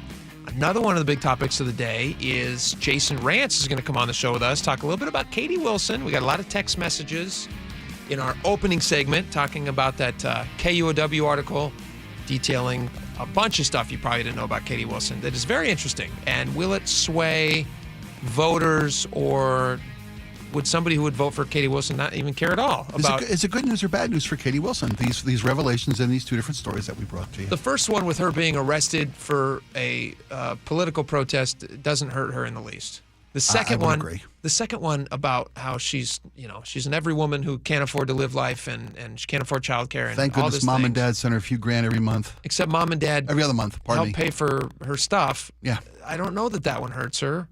Well, see what you. Yeah. Well, I know what I thought about it, but I don't know what you think about it. So text us 888-973-5476. All right, question for you, Spike. Let's say you live in a tiny town. Let's say you live in a tiny, tiny town of only 4,000 people. Wow, that's a tiny town. No, I'm sorry. You live in a tiny town with only 1,000 people. Holy cow. 90 miles south of Seattle. And somebody knocks the bridge out. No, I'm kidding. That's a different story. There is a bridge. We have another bridge that was hit. I don't know what's going on. What's going on? Are they overinflating the tires on these trucks? Maybe. They're smashing into these. They're overloading trucks is what they're doing. Well, if they're overloading them, then I guess the loads are higher. Yeah, that's what's going on. I mean, every bridge you look at, we're getting far afield here, but every bridge you see lately that's been hit by something is overloaded. Seems that way. Taking out trusses, taking out overpasses, 90 shutdown. There's a 4-mile backup last I heard on westbound 90. From the bridge near Clay Elm, getting just got hit. Trucked. A third bridge smashed into by a truck. I don't understand. Like, what's? These are professional drivers. Yes, they're driving over these bridges all day, every day. That's supposed to be the law. Yeah, you're right. Right? Yeah, you're right. But I'm living. It's Washington State. I'm living in a small town of 1,000 people. Okay, back to my question. You're living in a small town, 90 miles south of Seattle, tiny little town, tiny. The entire budget, right? Yeah. The entire budget of the city is $4.6 million. $4.6 million. Think about the size difference. In Seattle Mayor Bruce Harrow is in charge of $9 billion in spending. Right. 14,000 employees. He has 14 times the employees of this entire town. Tiny little town. Wow. So you have this treasurer in this tiny town who is discovered that she has been taking funds and doing some things with them that she shouldn't have been doing, to the tune of almost $1 million. I remember the story. Do you remember the story? Sure, yeah. Was this 2022 that this happened? I believe so. Yeah, because she was employed and stole the money from 2013 to 2021. Yep. And little town of Morton. Yep. Little town of Morton, Washington. Idyllic little town. Not great at managing their finances. If you have $1 million. Well, they got somebody. They got Katie on the They job. got a person for that job. What's her name? I'm sorry. So her name was Tamara Clevenger. Clevenger. Tamara Clevenger. Former Morton City clerk treasurer who between as you said, 2013 to 2021, embezzled $937,584 from taxpayers, according to the charging documents. That's a lot of dough. That's a lot of money for a town with only 1,000 people. That's a quarter of your yearly budget is gone. Now, she didn't do it in 1 year. Obviously, that was over the course of... slow bled that town. Yeah, 8 years, I think. Yep. If my math is correct. Yep. So the question was, you're prosecuted for this. It's now time to get a sentence. The prosecutors, there's a federal crime. Federal prosecutors were seeking a 36-month prison sentence and then 3 years of probation. You got to pay the price. You got to discourage this type of activity. She steals almost $1 million. Got to make an example. The repercussions of what she stole, too, are a big deal in a tiny town like this. Listen to this. But here's some fallout from the city. Then I'll detail what her sentence was, which is kind of unbelievable when you think about it. Okay, so according to the story, which is, where do we get this story at? Seattle Times had this piece. Here's a fallout. Prosecutors say, due to Tammy's extreme negligence and selfishness, our town has suffered at the hand of budget cuts to try and make up for the major loss that we suffered, said the mayor, Rick Mead. Current city clerk told the court the impact went far beyond budget cuts. So now the new person who's in charge of the purse strings. There are hundreds of hours and thousands of dollars of my wages paid as city clerk, which mostly were spent on the audit. The fraud investigation cost an extra $100,000, which ended up not being covered by insurance. The city lost good workers to other places because we couldn't offer them the competitive raises that other cities could offer. Yeah. They couldn't hire as many police officers. So the city's not as safe as it would otherwise be because they'd ran out of money. To date, she's only paid back $8,626. She still owes $920,958, which she probably won't pay before the end of the year, is my guess. So this will be an ongoing problem for the city. Well, she could pay that from jail. Well, she's not going to have to. That's not a problem. Prosecutors wanted 36 months and 3 additional years of probation, and instead she was sentenced. A federal judge in Tacoma declined to give her any prison time. Quote, Mrs. Clevenger is truly sorry for her actions here, the public defender wrote in a court document. She is ashamed, remorseful, and horrified that she ever made the terrible decision to take money from the city of Morton, a place and people about which she cares deeply. Yeah, no kidding, because they gave her $1 million. She made the terrible decision. Like singular? Yeah. The terrible decision to do it over 8 years? This was not you're right, you're totally right. This is not a one-time crime of passion. To make withdrawals from an ATM up totaling $10,000 over this 8-year bleed of the city's resources? Which is one of the reasons that she was discovered. They discovered that they were $10,000 cash withdrawals from the city's bank account between 2019 and 2021. That's a brazen act to take it, just Give me cash, $10,000. Well, no, there was a slow drip over those 3 years, 2019 to 21. She totaled $10,000 right? Wasn't like she hit the ATM one day for $10K. No, every time she needed money, she'd go take a $400, $500 out from the city credit card, from the city's account. Gotcha. And just slow bleed the city for cash. But $10,000. But in total, she embezzled $937,000. She took $311,000 plus in payments for services rendered, falsifying city payments to fraudulent services. Does she deserve to be in jail? What do you think? Yes, I think so. I mean, I understand that her daughter that wrote that she is suffering from Parkinson's and depression. Yeah. All due sympathy with your medical condition and the depression therein. You spent 8 years systematically, calculatingly, defrauding the city, the small town that you care about. She loves it that deeply, you love. her lawyer says. Yeah, that costs them public safety. That costs them jobs. You know, I mean, come on. This was her daughter. She said, unfortunately, my mom has been struggling with Parkinson's disease and depression, as you said. I believe these have significantly contributed to her actions, which do not reflect her true character. I disagree with that completely. Her true character would have been, all right, let's say she finds out she has this Parkinson's diagnosis. Very sad. It's horrible, obviously. Is that the Michael J. Fox? It is. Okay. It is. Yeah, obviously. You see Michael J. Fox, you go, oh, man. It's a terrible disease. Isn't that what, what's his name? Funny guy. Robin Williams. Oh, I'm not sure what he had. I don't want to misquote that. Can you look that up, Laura? Was Robin Williams, wasn't he diagnosed with Parkinson's? Not sure. I don't remember. I know it's a progressively debilitating and life-ending lethal disease. Yeah. His was a Lewy body dementia. Oh, Lewy it's body similar dementia. to Parkinson's, but it's not quite the same. Lewy body dementia. I know that one well. But the point is, this lady didn't have a moment's weakness due to depression. No, this was, and the other. Here's what else she did with that depression. She used that money, according to her defense, who pointed to her having a gambling addiction, and probably also from the fallout of her divorce. So yeah, I understand that maybe the Parkinson's thing is tough. But you can't hide behind that and just that's not a catch-all. That doesn't excuse bad behavior for years. 8 years worth of. 8 years. Just crushing this poor little town of Morton. It sounds to me like she had a crippling gambling addiction. That's she had easy access to money. She thought she could hide. Yeah. And so she thought she could get away with it. She got more brazen in her attempts to take the money, just thought she was untouchable. They discover this. $1 million is a lot. It's not like any amount of money that you're stealing is wrong. Yes.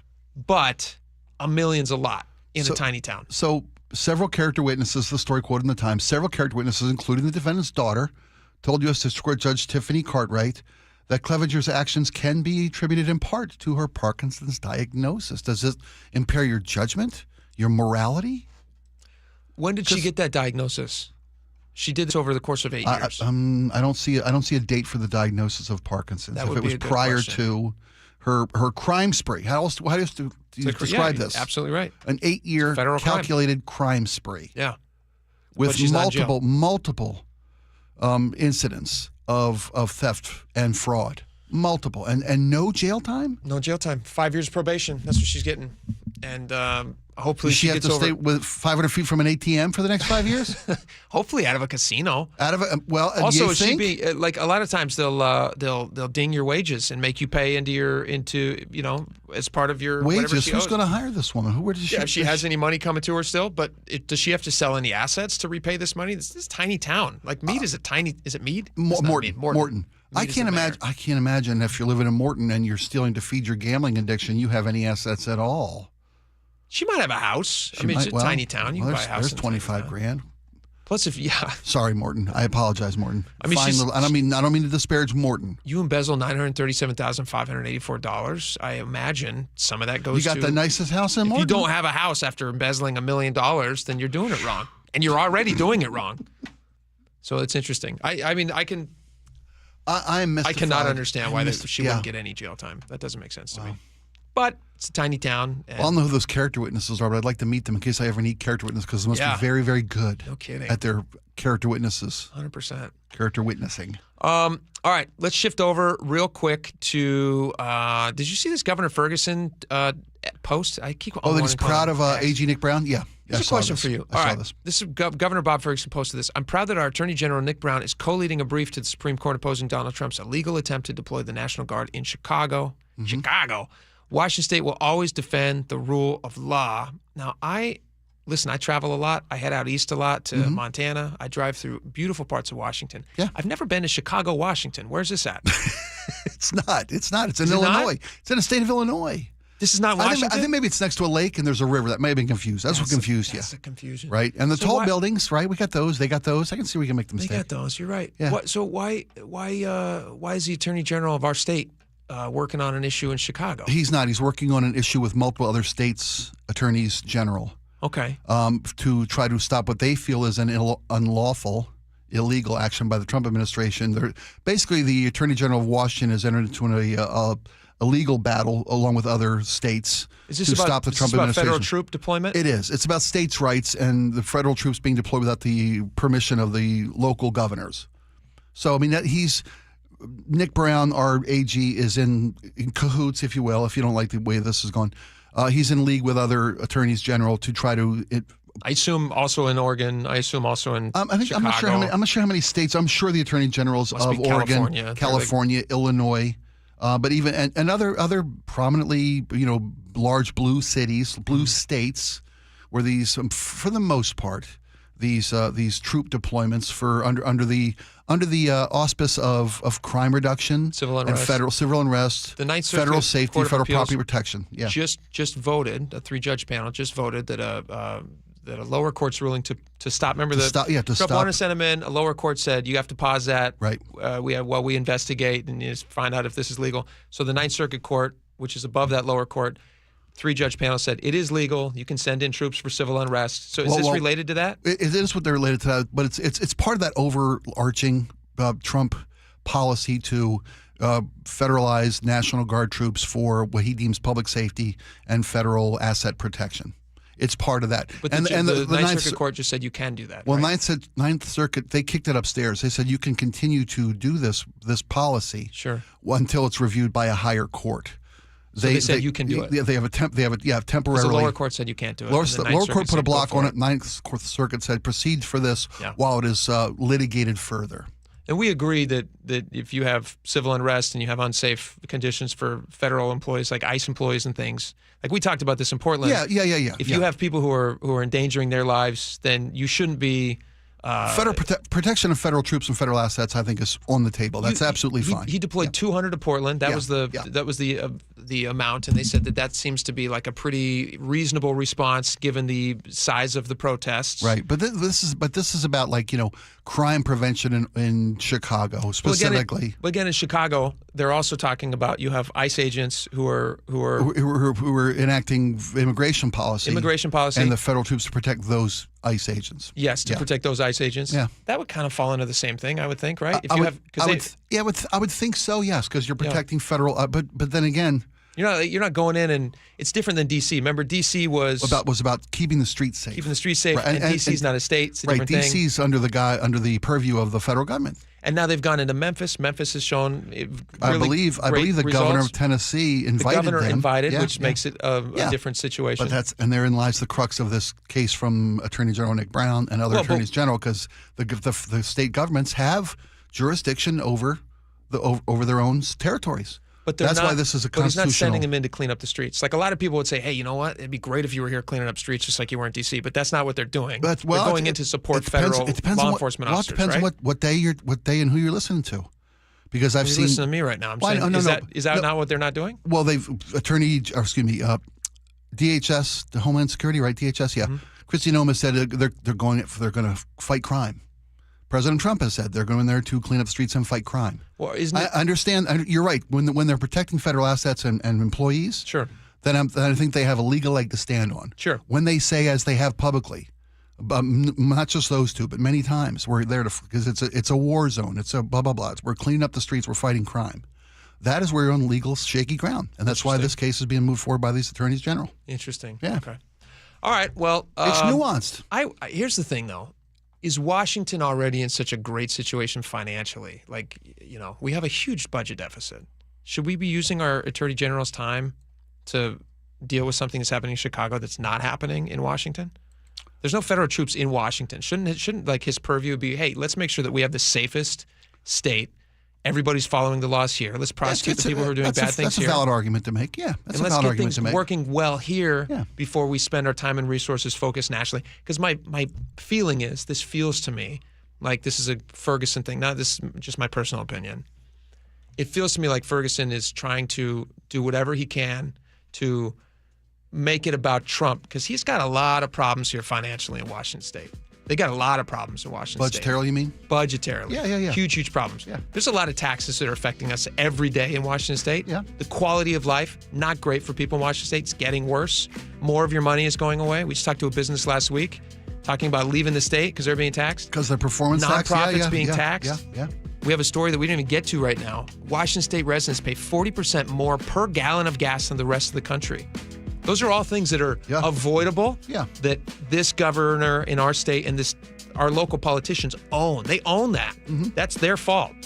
It's picking your pockets. So the more that he can focus on other stuff nationally, he doesn't have to focus on the stuff that he's failing at here. I wish he would focus more on the stuff here before he tries to solve Chicago's problems. But that's just me. But that's fair. I think you're right. There are local issues that need their attention and our resources. Yeah. I don't think this is a Chicago issue, though. I think if the Attorney General of Washington is joining other attorneys general to protect states' rights, it's a fight for Washington sovereignty and Washington state law.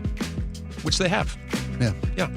All right, a lot of great stuff coming up. Let's talk about, you want to talk about the ballroom next? Sure. Let's go national. Yeah, sure. Everybody loves the ballroom. Pull up to 30,000 feet. Let's chat. All right, stick around. We're going to show you some pictures. We're going to talk about it. We'll be right back. This hour is brought to you by Insulation Northwest. A KIRO Newsradio exclusive. This is Charlie Harder. I've spent the past 6 weeks investigating a story involving a youth pastor, child abuse, a mayor, and a name change, all while civic leaders appear to look the other way. I've read the police report. It is horrible. It is sickening. There's some level of calculation there. You have to make it right. Join Seattle's Morning News tomorrow morning at 6:15 and 8:15. Watch the full story at mynorthwest.com and the KIRO Newsradio YouTube page.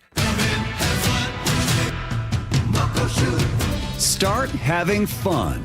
Caesar Sportsbook at Muckleshoot Casino Resort is your #1 place to eat, drink, watch, and have fun. Keep up with your favorite sports anywhere and everywhere on property with the mobile app. Visit muckleshootcasino.com today. Scan the QR code and let the play begin. Muckleshoot. Hey, it's John Curley with some great news. If your home's heating or cooling is uneven, noisy, or expensive, listen up. The Quilt Ductless Heat Pump System from Home Comfort Alliance is changing the game. It gives you room-by-room control and next-gen efficiency, so you're only heating where you need it. That means real comfort and real savings, and every quilt system qualifies for max tax credits. Trusted for 50 years. Call the comfort people today at homecomfortalliance.com. This is a special alert to all Americans who own a vehicle with less than 200,000 miles with an auto warranty about to expire or with no warranty coverage at all. Due to a decline in the economy, CarShield is announcing a low-cost month-to-month vehicle protection plan that is now available to the public to save any driver out-of-pocket expenses on future auto repairs. Call now to find out how you can pay almost nothing for covered auto repairs. Yes, you heard that correctly. Pay almost nothing for covered auto repairs. An open phone line has been established for all drivers to call for a free quick quote. Call 800-292-4541 now. Drivers who are covered will not have to pay for covered repairs again. This protection plan is at an all-time low. Additionally, drivers who activate this vehicle protection today will also receive free roadside assistance, free towing, and car rental options at no additional cost. Call us for your free quick quote today. 800-292-4541. That's 800-292-4541. What do you have to lose? Call 800-292-4541. Again, 800-292-4541. Did you know that Halloween is one of the deadliest days of the year for DUI accidents? This is Jonathan Dichter from DUI Heroes reminding you to celebrate responsibly and drive safely. This message brought to you by your friends at DUIHeroes.com. If anyone listening needs DUI defense anywhere in Washington, I'm going to tell you where to go. You go ahead and call 1-800-DUI-HERO or DUIHeroes.com. DUI Heroes, your DUI defense specialist. Have you stopped to think about how you feel today compared to, say, 10 years ago? Are you noticing changes? Less energy, slow recovery, trouble focusing, maybe even weight gain? What if you could turn back the clock and feel stronger, sharper, and more alive? At Longevity Medical Clinic, we help people do exactly that. For over 3 decades, we've been helping thousands of men and women find out what's really going on inside their bodies and take action to feel better and live longer.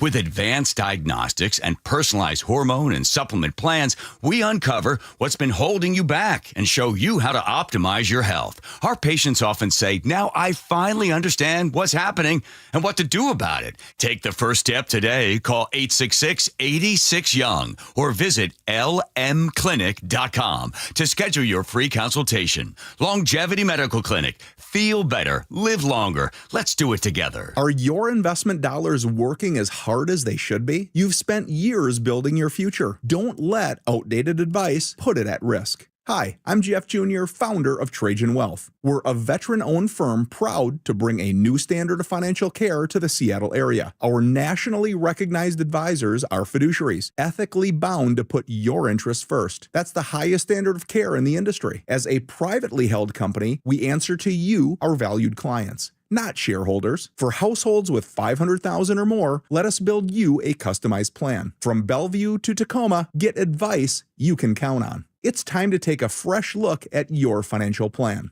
Call Trajan Wealth, 206-656-3300. That's 206-656-3300. Trajan Wealth. Plan smarter, dream bigger. Advisory services offered through Trajan Wealth, LLC, an SEC-registered investment advisor. Cancer impacts so many families, including mine. Former Washington Husky Mario Bailey here. My mother was treated for cancer at UW Medicine. As devastating as cancer is, there is hope because the Cancer Vaccine Institute is developing vaccines to treat and prevent the deadliest cancers. Patients who received vaccines over 20 years ago are still alive today. Please join me and make a donation to the Cancer Vaccine Institute at local Safeway stores. Learn more at uwcvi.org. Homes are sitting, but the bottleneck's about to break. Set yourself up for success by working with the Novak team. Mike Novak guarantees to sell your home in 21 days. If not, he sells it for free. Go to meetthenovaks.com. That's meetthenovaks, NOVAKS.com. KIRO News Radio 97.3 FM, Northwest News. Now, the latest from KIRO News Radio and mynorthwest.com. Good afternoon. I'm Aaron Granillo. Another vote could come today in the Senate to reopen the federal government, but it is likely to fail yet again. This will be the 12th time senators consider a spending measure to end the now 22-day shutdown. This furloughed worker tells CBS News. You're playing with people's livelihoods. People got to pay rent, pay their, bills, utilities. Upwards of 80,000 workers in our state are being affected. KIRO News Radio's Heather Bosch reports some could qualify for unemployment benefits through the state. If you're a furloughed federal worker, you can apply for jobless benefits through Washington State. But the Employment Security Department's Donna Mack adds. For the folks that are going to work and working without pay, they won't be eligible for unemployment insurance because they're working, even though they're not getting paid. Those include essential workers like air traffic controllers, federal law enforcement, members of the military, and more. Both furloughed and essential workers will likely receive back pay once the government reopens, but any jobless benefits received would need to be paid back. And we go now to the closing bell reports. Microsoft CEO just had his biggest payday yet. Satya Nadella earned $96.5 million this year. That's thanks mostly to stock awards. Seattle Times reports his salary has not changed in recent years. But Microsoft stock sure has. It is up more than 24% this year. Artificial intelligence needs to slow down, so says a group of well-known names. CBS's Matt Piper explains. The group includes Prince Harry and Meghan, Richard Branson, Steve Bannon, and Glenn Beck, who say AI superintelligence threatens humanity. The group of more than 700 public figures say it should be banned. Their joint letter targets tech giants like Google, Meta, and OpenAI, urging a prohibition on developing superintelligence until safety and public consensus are assured. Harry writes the future of AI should serve humanity, not replace it. There is no second chance. Down day on Wall Street. The Dow lost 334, S&P off 36, NASDAQ also down 213 points today. 1:33 now. We go to Nate Connors at the real-time traffic desk. Thanks, Aaron. This report brought to you by Bucky's Complete Auto Care. It's been a very quiet commute ever since I joined you at 11:30, and it continues to look great across the region. If you're heading into Seattle, you've got nothing to worry about. South 5, you've got a little crowding as you approach the Ship Canal Bridge. South 405, a little bit thick through Factoria, but it'll clear out pretty quick. Bellevue to Renton, just 20 minutes. Both of our lake bridges are all clear. North 5 through Shoreline, I'm seeing a little crowding between 145th and 175th. I think the road work is causing this. Seattle to Linwood, though, still a nice, easy 20-minute commute. And out toward Cle Elum, our state's latest bridge strike has all westbound lanes closed at Bullfrog Road. That's near milepost 80. And right now we're seeing about a 3-mile backup in drivers. It's adding about 20 to 25 minutes to your trip. For 50 years, Bucky's Complete Auto Repair has earned local trust with honest pricing and guaranteed repairs. That's why Carfax prefers them. No gimmicks, just great service. Bucky's.com. KIRO News Radio, real-time traffic. I'm Nate Connors. And your forecast now brought to you by State Roofing and Exteriors. Some light rain has arrived, mainly in the Kitsap Peninsula and also parts of Pierce County at this hour. More rain on the way, mostly light showers this afternoon, heavier rain as the week goes on. Right now, 59 degrees in downtown Seattle. I'm Aaron Granillo, KIRO News Radio. Your best source for local news. You're listening to KIRO News Radio, Northwest News. All right, welcome back. In just a minute, you guys got to get on over to the YouTube page. Check us out, KIRO News Radio, 97.3 FM. And the Jake and Spike Show Live will pop up, and you can join us and our happy, smiling faces. We're going to look at some pictures here in just a minute of the renderings of what the new Trump Ballroom is going to look like, if it's done as planned. So we'll get into those in just a second. So get on there so you can share that experience with us, and we'll look at it. You can also download the KIRO Radio app, which is a great place where you can watch us live. You can do all sorts of fun things there. Spike, I need help understanding this story. I don't understand. It literally seems like overnight it's a big, big story nationally now, this Trump ballroom. Oh, the ballroom story. Yeah, yes. Overnight. Thing. Yeah. Overnight. Like, this wasn't even on our radar that we were talking about this yesterday. And we scoured the news pretty good. Mm-hmm. And so I see that Maria Shriver has a post on it. I see that Seattle Times has written a story on it. I see that Hillary Clinton has made statements. Basically, everyone is talking about, Elizabeth Warren, everybody's talking about this ballroom. I don't understand what the problem is. They want to build a ballroom at the White House? What's the problem with that? I don't get it. The problem with the White House, the big, beautiful ballroom, if I may. It's the official title. It's the official title. Triple B. President Trump says that the White House needs a larger facility for gatherings, which is a valid point of view, valid argument to make.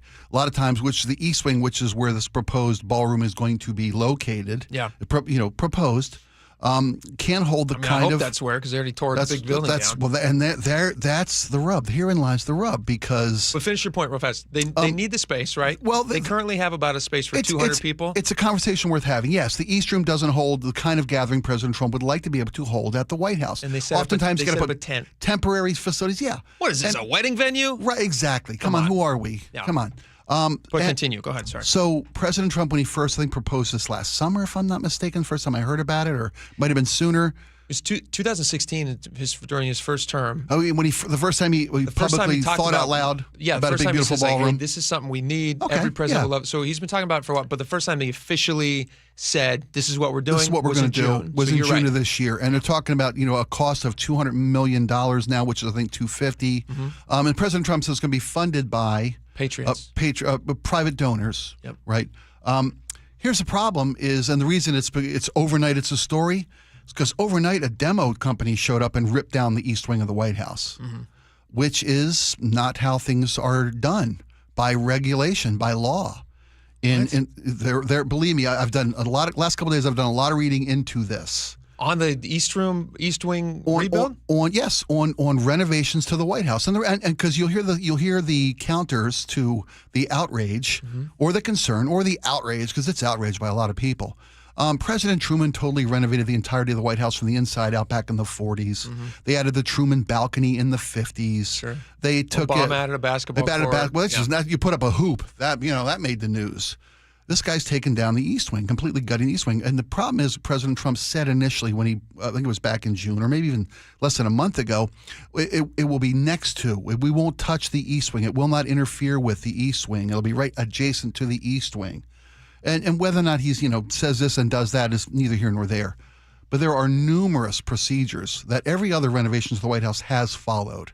From Truman to to Kennedy. So the problem to is Nixon. not what he's doing; it's the way he's doing it, which is kind of like the main concern about Trump. Yeah, People just don't like the way he does it, but the results they like. Well, often they do. Can we look at sometimes they some don't. of these pictures? I was looking at some of these renderings. It's gorgeous. It's absolutely beautiful. Let's cycle through some of these. So this is the firm that's building this is the McCreary something. I don't know. This is the proposed architectural renderings of the proposed 900 capacity, big beautiful ballroom. Go ahead and keep going through well, this. Architectural design there's a review process. Look at this though, Spike. No, I'm not saying it's not, I'm just like objectively. It's Marlicious. What do you think of it? It's a Timu Versace or Timu Versailles. Oh, come on. It's gaudy. You don't like this? It's lovely. Come on, I'm being facetious. It's lovely. It's lovely. And again, it's not ugly. It's not what he's doing. It's how he's doing it. There is a design and architectural review process for renovation too. This is a public space. This is this is our house. It's not Trump's house. That's what Hillary it's not said. Mar-a-Lago. She says it's not his house. It's your house. Right. He's destroying it. There is historical preservation standards. He is destroying it. The East Wing is he destroying it? Show that. Put those pictures up. Look at this picture. It's beautiful. That is beautiful. What's he destroying? What's in the East Wing right now? Do you know? You've done a bunch of research on this. Do you know the what's First in the Lady's East Wing? office. The First Lady's receptionist office. facilities. The calligraphy office. The calligraphy offices. Historical elements of our nation's history. So we can't ever touch any part of the White House? Sure we can.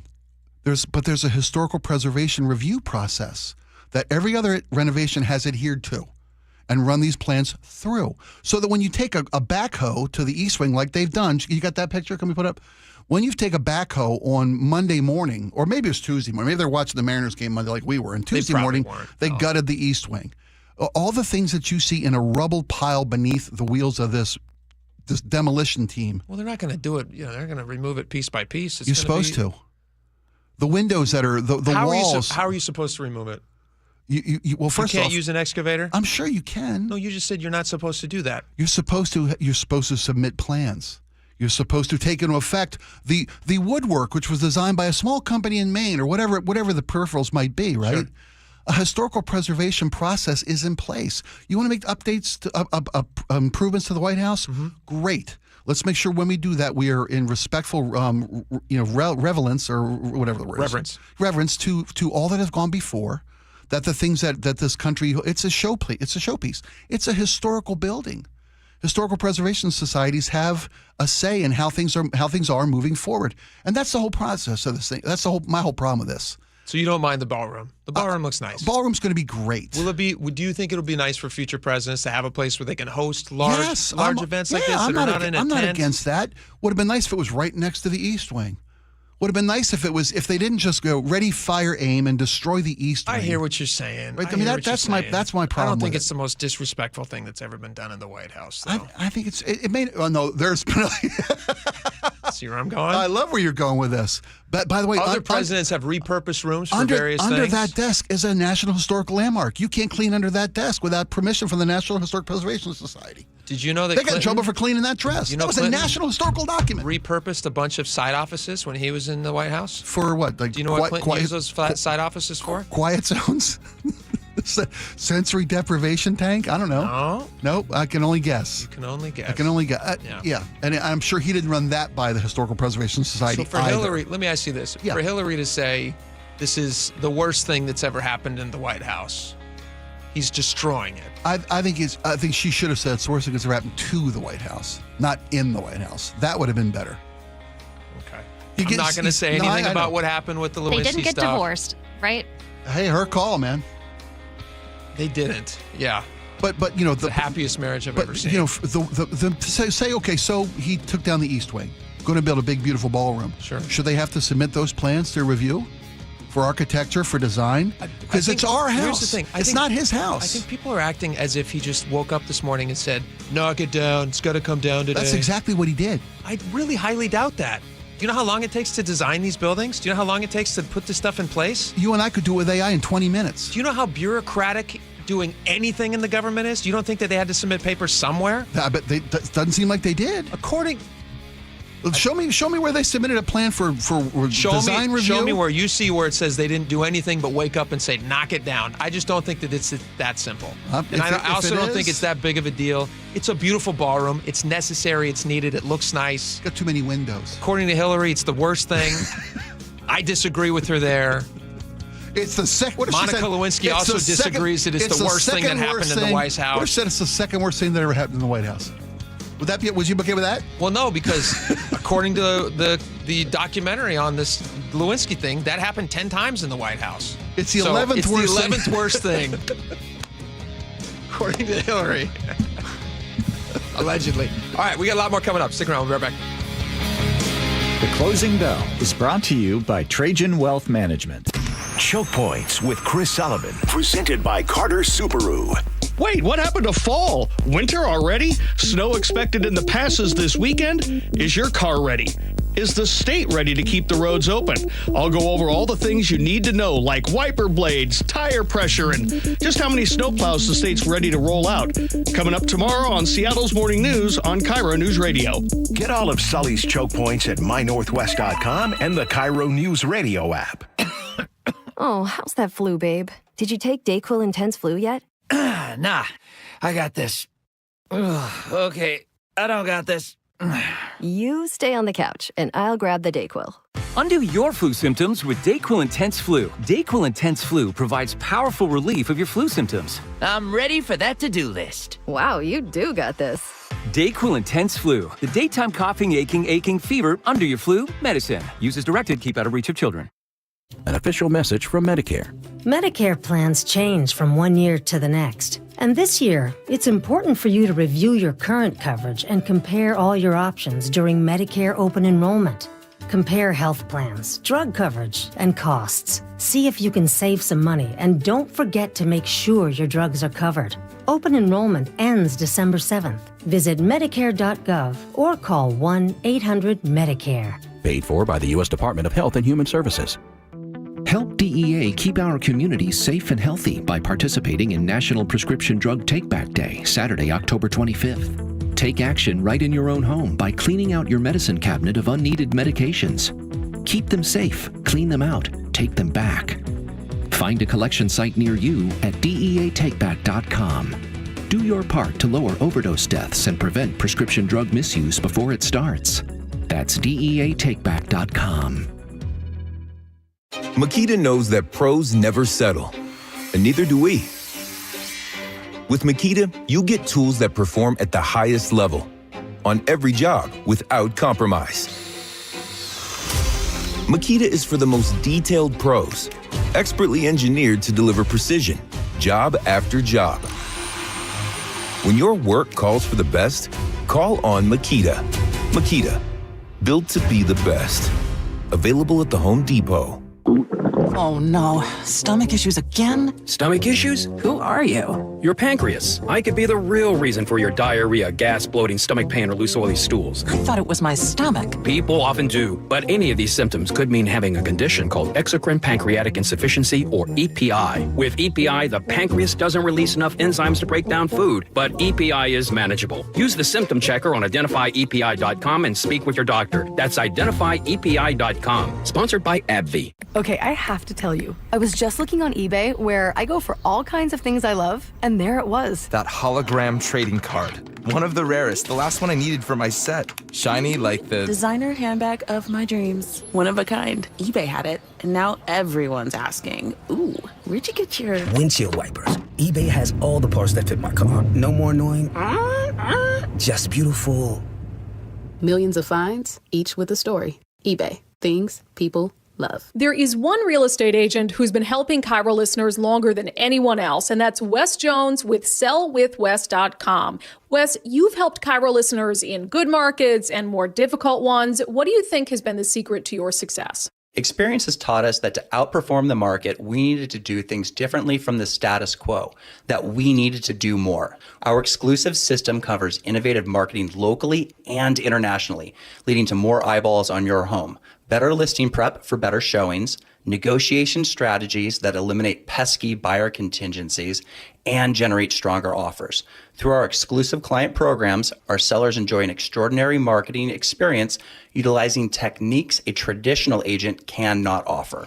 So if you want to sell your home faster, at a higher price, and with fewer contingencies, if you want more, visit sellwithwes.com. Sellwithwes.com, a better way to sell your home. Hey, it's John Curley with Dr. Kopstein from K2 Vision RLE. Doc, I heard that 50% of Americans have their lenses replaced by the time they're 75. That's exactly right, John. As we near 50, our eye's natural lens starts to become dysfunctional. If you've now added readers to your need for glasses and contacts, it's a sign the quality and function of your natural lens is fading, and it's a steady decline towards cataracts. Don't go another 20 plus years with poor vision, hassling with contacts and readers. Do what I did. Choose a quick, painless refractive lens exchange from K2 Vision RLE and start enjoying great vision now. Our new lens technology is truly amazing. After replacing over 100,000 lenses, we have the experience to guide each patient to their best solution, even if that's recommending you wait a little while before RLE. K2 Vision RLE can restore distance and near vision permanently, plus never develop a cataract. Read the reviews and schedule a free Zoom consultation now at k2visionrle.com. You're halfway through a DIY car fix and boom, you're missing a part. It's okay because whatever it is, it's on eBay and it's guaranteed to fit every time. eBay, things people love. Open enrollment for Medicare is underway. Are you ready? Herb Weisbaum, the consumer man here. Get organized now with a Medicare Jumpstart Toolkit from the Insurance Commissioner's Sheba program. Order your free copy today at insurance.wa.gov. Mike Rowe here with a quick question. Have you noticed cracks in your drywall, chimney, or exterior walls? I hope not, because if you have, they could be indications that you've got a much bigger problem with your foundation. That's where Groundworks comes in. They can honestly assess your situation and create a plan to stabilize your foundation. Schedule your free inspection at groundworks.com/row. And while you're there, check out my latest dirty job. It's a good one. Licensed in all states where work is performed. See website for details.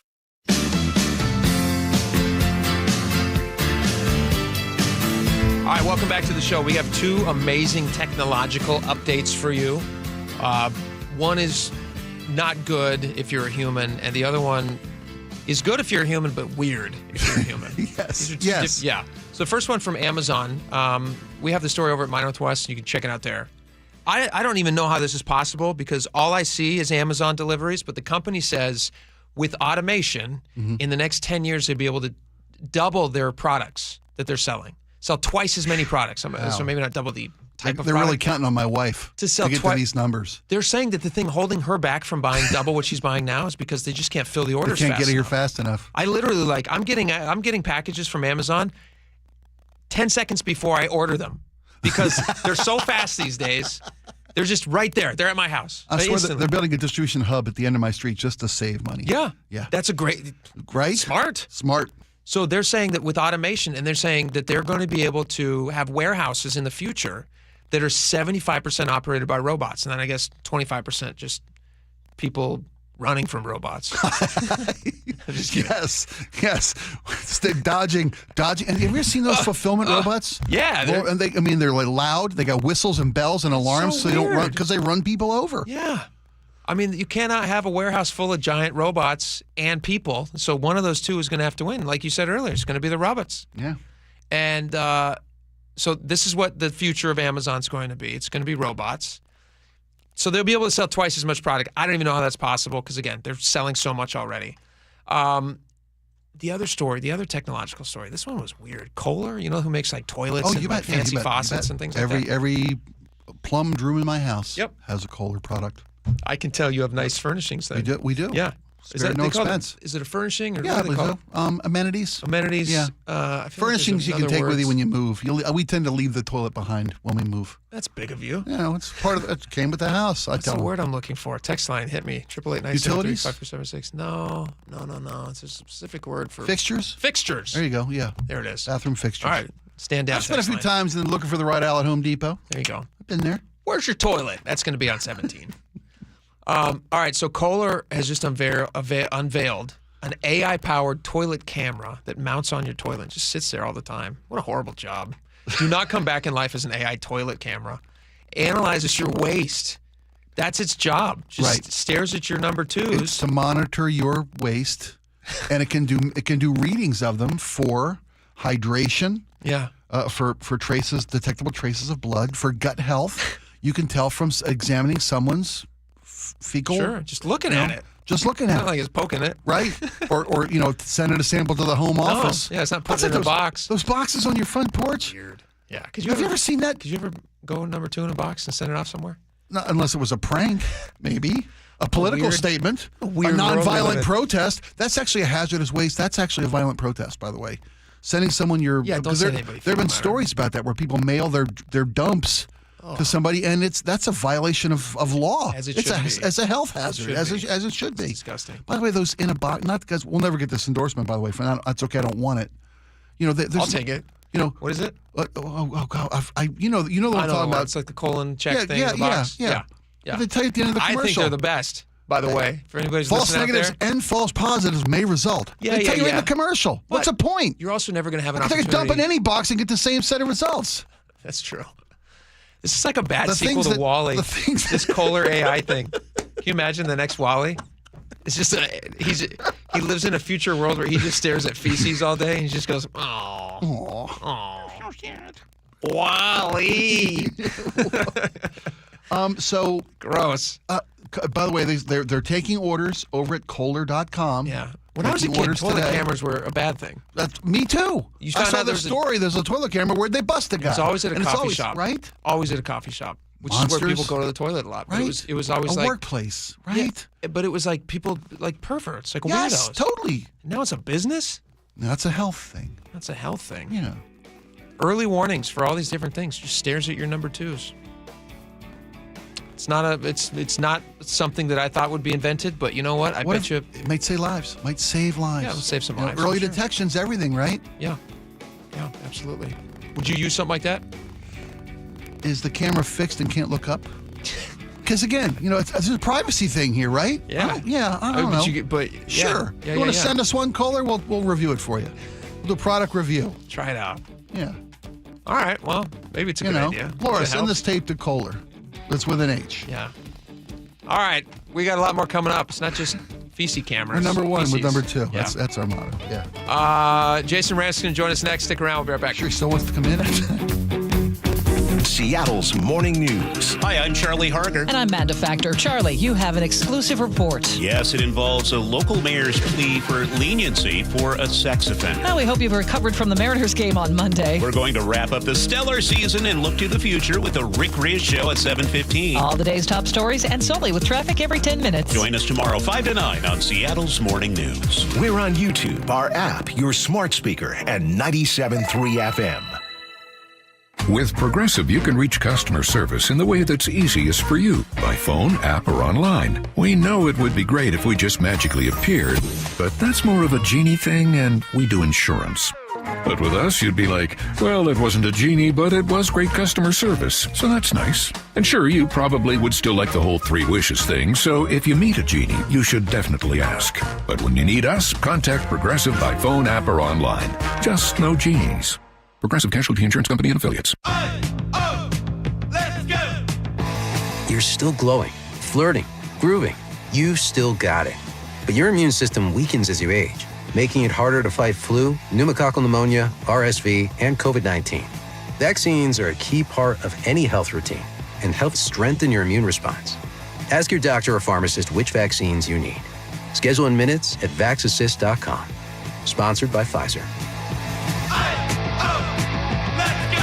Now is your time to get into a new D.R. Horton home by taking advantage of its National Red Tag Sales Event, now extended through October 26th. Stop by any of its participating communities and find select Red Tag homes at incredible pricing. So whether you're buying your first home or looking for an upgrade, you don't want to miss the Red Tag Sales Event, extended to October 26th. Discover the D.R. Horton difference at drhorton.com. D.R. Horton, America's builder and equal housing opportunity builder. If you have Medicaid and are new to Medicare, you may qualify to enroll in a Humana Medicare Advantage dual eligible special needs plan with a lot more benefits like dental, vision, and hearing, along with helpful support when you need it most. Now is the time to see if you qualify to enroll. It only takes a few minutes to find out if you're eligible. Our licensed sales agents are ready to help you understand your options. So this Medicare planning season, we can help you plan well. Learn more at humanaduals.com. Humana, a more human way to healthcare. Humana is a dual-eligible special needs HMO SNP plan with a Medicare contract and a contract with the state Medicaid program.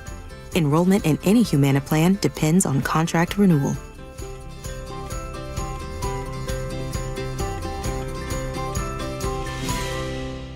Looking for a high school that nurtures both the mind and spirit? Archbishop Murphy High School is where academic excellence meets faith-based education. With a 100% graduation rate and a college prep program designed to challenge and inspire, our students are prepared for whatever the future holds. But it's more than just academics. Archbishop Murphy's robust athletics, arts, and co-curricular activities ensure that every student finds their passion and thrives. Archbishop Murphy High School believes in educating the whole person. That's why we offer a vibrant campus life where students grow not only academically, but also spiritually, socially, and physically. Don't just take our word for it. See it for yourself. Schedule a visit and discover how Archbishop Murphy High School can help your students succeed. Visit am-hs.org. IRG Physical and Hand Therapy proudly supports Archbishop Murphy High School, where your story begins. am-hs.org. Your best source for local news. KIRO Newsradio, KIRO FM and HD1, Tacoma, Seattle, Northwest News. This is CBS News on the Hour, sponsored by Progressive Insurance. I'm Cammie McCormick. President Trump is meeting at the White House with NATO Secretary General, who has brought with him a European peace plan for Ukraine. Ahead of the meeting, Treasury Secretary Scott Bessent indicated President Trump is ready to ratchet up the pressure. A substantial pickup in Russia's sanctions. Those sanctions, we're just learning, will target Russia's energy sector. All of this just a day after President Trump said he wouldn't be meeting with Vladimir Putin. CBS's Ramy Inocencio. Trump said that he didn't want to have a waste of time, and Russia's foreign minister Sergei Lavrov said that they didn't want to waste their time either, and he pushed back against Trump's call for an immediate freeze of fighting on the front lines. And it is this call for an immediate ceasefire. Lavrov said that this approach is basically the complete opposite of what Presidents Trump and Putin agreed upon in Anchorage.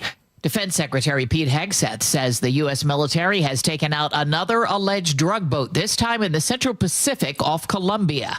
Military analyst Jeff McCausland says it's another encounter the Coast Guard was previously tasked with. They found stopping them very useful because they said that was enormously advantageous from an intelligence standpoint, that we captured the vessel, perhaps there were cell phones, perhaps there was a laptop, perhaps we could interrogate those who are making the transfer, who are hardly high up in these cartels and are nothing more than sort of an Uber driver. Opening statements began today in the trial of Sean Grayson, an Illinois sheriff's deputy on trial for shooting a black woman, Sonia Massey, who had called 911 for help. CBS's Charlie DeMar is covering. Attorneys for the state told the jury they should find Grayson guilty of murder because he shot and killed Massey after she was the one who called 911 to report a prowler outside her home and that she posed no threat to Grayson. Body camera video shows Massey near a pot of boiling hot water. Attorneys representing Grayson argued that the former Sangamon County Sheriff's deputy feared for his life.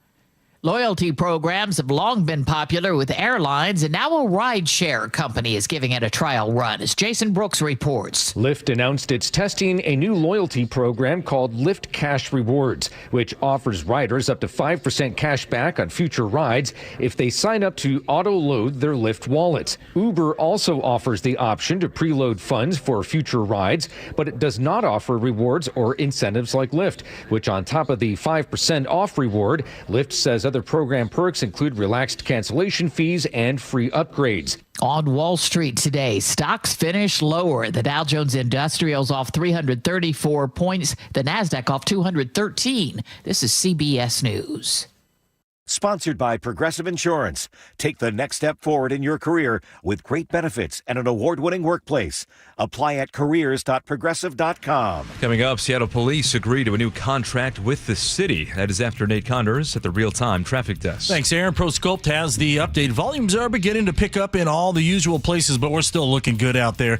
South 405 is one of our biggest backups, or thickest backups, rather, from South Bellevue down on 112th. Bellevue to Renton, plan on 20 minutes. South 5 heading into Seattle, filling in from the U District down to I-90, Linwood to Seattle, just under 20 minutes. North 5 is still crowded through Shoreline from about 175th, just past State Route 104 there in Mount Lake Terrace. Up in Everett, we've got that mid-afternoon backup from eastbound 526, leaving the Boeing factory over to I-5. And now North 5 is crowded from 526 to Highway 2. And really everywhere else, we're looking really good out there. ProSculpt, the one-day permanent fat loss and skin tightening solution for men and women, offered by New Skin Med Spa in Bellevue. Book your free consultation at prosculpt.com. KIRO News Radio, real-time traffic. I'm Nate Connors. KIRO News Radio, 97.3 FM, Northwest News. Now, the latest from KIRO News Radio and mynorthwest.com. And good afternoon. I'm Aaron Granillo. The Union for Seattle Police say it's agreed to a new collective bargaining agreement with the city. KIRO News Radio's James Lynch has the details. The agreement, Mayor Harrell says, was ratified by SPD rank-and-file officers last weekend. It takes the Community Assisted Response and Engagement Department, or CARE team, from a pilot program to a permanent part of public safety in Seattle. Seattle Mayor Bruce Harrell. A permanent co-equal third pillar of our public safety system. Joining, of course, our police and fire as essential first responders. CARE responds to calls for service for those experiencing a behavioral health crisis. We have calls in to the Police Officers Guild, but so far have not heard back. James Lynch, KIRO News Radio. No timeline yet for reopening westbound I-90 near Cle-Elum after an overheight truck took out an overpass. WashDOT's Megan Lott says engineers are still assessing the damage. We're hoping to get something today so that we can start putting the pieces in motion to try and figure out when we can get an emergency contract to get this fixed and repaired. More than 17,000 vehicles a day use that stretch of I-90 at last check. It's about a 3-mile backup. A DoorDash driver from Port Angeles is in serious condition after a carjacking and stabbing Sunday night. Cle-Elum County deputies say the 69-year-old man stopped to help a stranded family along Highway 101. That's when he was attacked and his car stolen. The victim's daughter tells KIRO 7 TV. My dad was just trying to be kind and a good Samaritan and thought that, this family needed help, thought they were stranded, and, was just trying to help somebody out. Well, deputies later arrested 30-year-old Nicholas Well and 29-year-old Rosario Lopez Castro in Kitsap County. They face numerous charges. Their children are in protective custody. Seattle Public Schools could face a massive payout in a civil trial now underway. Attorneys say a math teacher punched a 13-year-old student in the face back in 2018. Zakaria Sheikh Ibrahim is now 21. His lawyers say the attack changed his life. Seattle Times reports they're asking for up to $124 million in damages. The trial continues in King County Superior Court. Weather now brought to you by State Roofing and Exteriors. Looking at mostly cloudy skies right now, and also some showers mainly over the Kitsap Peninsula and also parts of Pierce County and moving eastward toward the mountains. Showers off and on this afternoon, more steady rainfall the rest of the week. Right now, 59 degrees in downtown Seattle. I'm Aaron Granillo, KIRO News Radio. Your best source for local news, serving Western Washington and the world with a KIRO News Radio app. Always streaming live on your smart speakers. You're listening to KIRO News Radio, Northwest News. And now, it's time for the Jake and Spike Show on KIRO News Radio with your hosts, Jake Skorheim and Spike O'Neill. Welcome back to the show. 2 hours down, 1 hour to go. Lots of great stuff to talk about. I'm excited. Jason Rance is here from Seattle Red, 770 AM, Jason Rance Show. Just a fun guy to have around. You can comment on all the stories that we're going to discuss, Jason. Get your insights. Does that sound good? Sure. Excellent. Let's do it. Real quick before we get into all this Katie Wilson stuff. On both TVs in the studio right now, we have national news on because we're gluttons for punishment. And both of them have pictures of the current renovations happening of the East Wing of the White House, which is the cause du jour today. That's what everybody's upset about. What are your thoughts on the new ballroom? Do you agree with it, or is it the worst thing that's ever happened in the White House? I think democracy's on the line because we allowed this to happen. I really think that we might not have calligraphy going forward. I don't know how we continue as a nation with a privately funded ballroom in a small part of the White House, and Trump breaking with norms because they've never done any work on the White House ever in the history of this storied building, and I'm disgusted. Spike, when he's right, he's right. No, he's not. He's wrong. He's completely wrong. And we did this last break. We can do it again if you want to do it again. No, I was just having fun. I know. I don't want to. We don't need to relitigate this, but every other renovation of the White House has gone through procedural guidelines, through design process, historical preservation laws and regulations, which were put in place in the 60s to make sure that somebody's coming with a bulldozer on a Tuesday morning and take off the entire East Wing of the White House. So that's not the entire East Wing of the White House, which it is not the entire West or East Wing of the White House. That's not true. It's the facade, the entire facade of the East Wing of the White House. It is one part, yes. Okay, well, I'm not aware of any specific law that's been broken, and obviously there were renovations prior to the 60s. Yeah, the Federal Preservation Act offices, a lot of different things. We can talk. How soon are we going to get a judge to step in where they need to now and put a stop to this? Here's what they will need probably a judge happen. to put a stop to this. A judge will come in and say, you can't do this. Halt. It gets appealed, and the appeals court will say, this is the lower court judge, go away. Yes, you can continue. The reality is, even if you wanted to stop it, I'm not sure. But now it's open. You just keep a hole in the wall. He would listen. You're not sure he would listen, which is my whole problem with this. Well, he's listened this entire time, he and then they appeal. To anything. No, Spike, to be fair. That's demonstrably false. No, every judge. No, it's not. No, Spike, you know that's to be true. Every judge that has stopped, they have stopped, and they have appealed, which is the process, and then they've been overturned, but they've been following the law. Right? Okay, well, just look at Portland, for example. So Portland, a lower court judge said no to the National Guard. Did he bring in the National Guard? No. Right. No, okay, they appealed it. But that's how it's been going this entire time, is my point. When Trump said, we wouldn't touch the East Wing, when Caroline Leavitt said nothing will be demolished, and then 2 days later we got a bulldozer off. Well, no, they were talking about completely different things. Again, you know that the entire East Wing has not been destroyed. Nothing will be demolished, Caroline Leavitt. Nothing will be demolished, quote unquote. I mean, that seems pretty. We don't give a rat's ass what you think. Whoa! Family show. Rat's ass is a Latin term. We can't talk about rats. Rat's ass. Talk about rats. No, rat's ass is a Latin term. Some people are very afraid of rodents. Latin term encompassing the entirety of a concept. No, a lot of rodent folks around here. Very squeamish. Anywho, if it's me, I'm lily white and fragile, so I see pictures like this. You are very white. I am. Yeah. You need a tan, dude. Thank you. This is one of those stories where I see it's being covered by everybody, and I just go, does anybody actually care about this, or is it just a rage thing? Like so no one. The reality is, the average person does not care about this. No, of course not. It's an interesting topic. I think it's interesting because of the way that it's being sold. Because of the response. Normal people don't care. They go, oh, it's a nice ballroom, and it's privately funded, no tax dollars. That's not bad. I'm not average. I'm not normal. I've just figured all this out. You're not. None of us are. We are hosts of a talk show. No, it's true. We have to be more mired. We're more mired in this stuff, Spike, than the normal person. The normal person sees this and goes, I just don't care. Or they don't even care. They go, that's a nice ballroom. Don't spend my money on it. Good, they're not. Good. Then it's a nice ballroom. Yeah, it should go through a design review process, as all public buildings do. That's a totally fair opinion to have. Yeah. Have it. Sure. That's all I'm saying. Yeah. Yeah. Let's talk, and they may have. They may have. You don't know that they didn't. I didn't see any. I did some research after our last conversation. No plans have been submitted. You submitted a FOIA request to the White House? 7 hours ago, the White House says we will submit plans shortly. 7 hours ago, the White House said that, which tells me they haven't submitted anything to now, right? Okay. Yeah. So I'm not taking them at their word. Government's closed.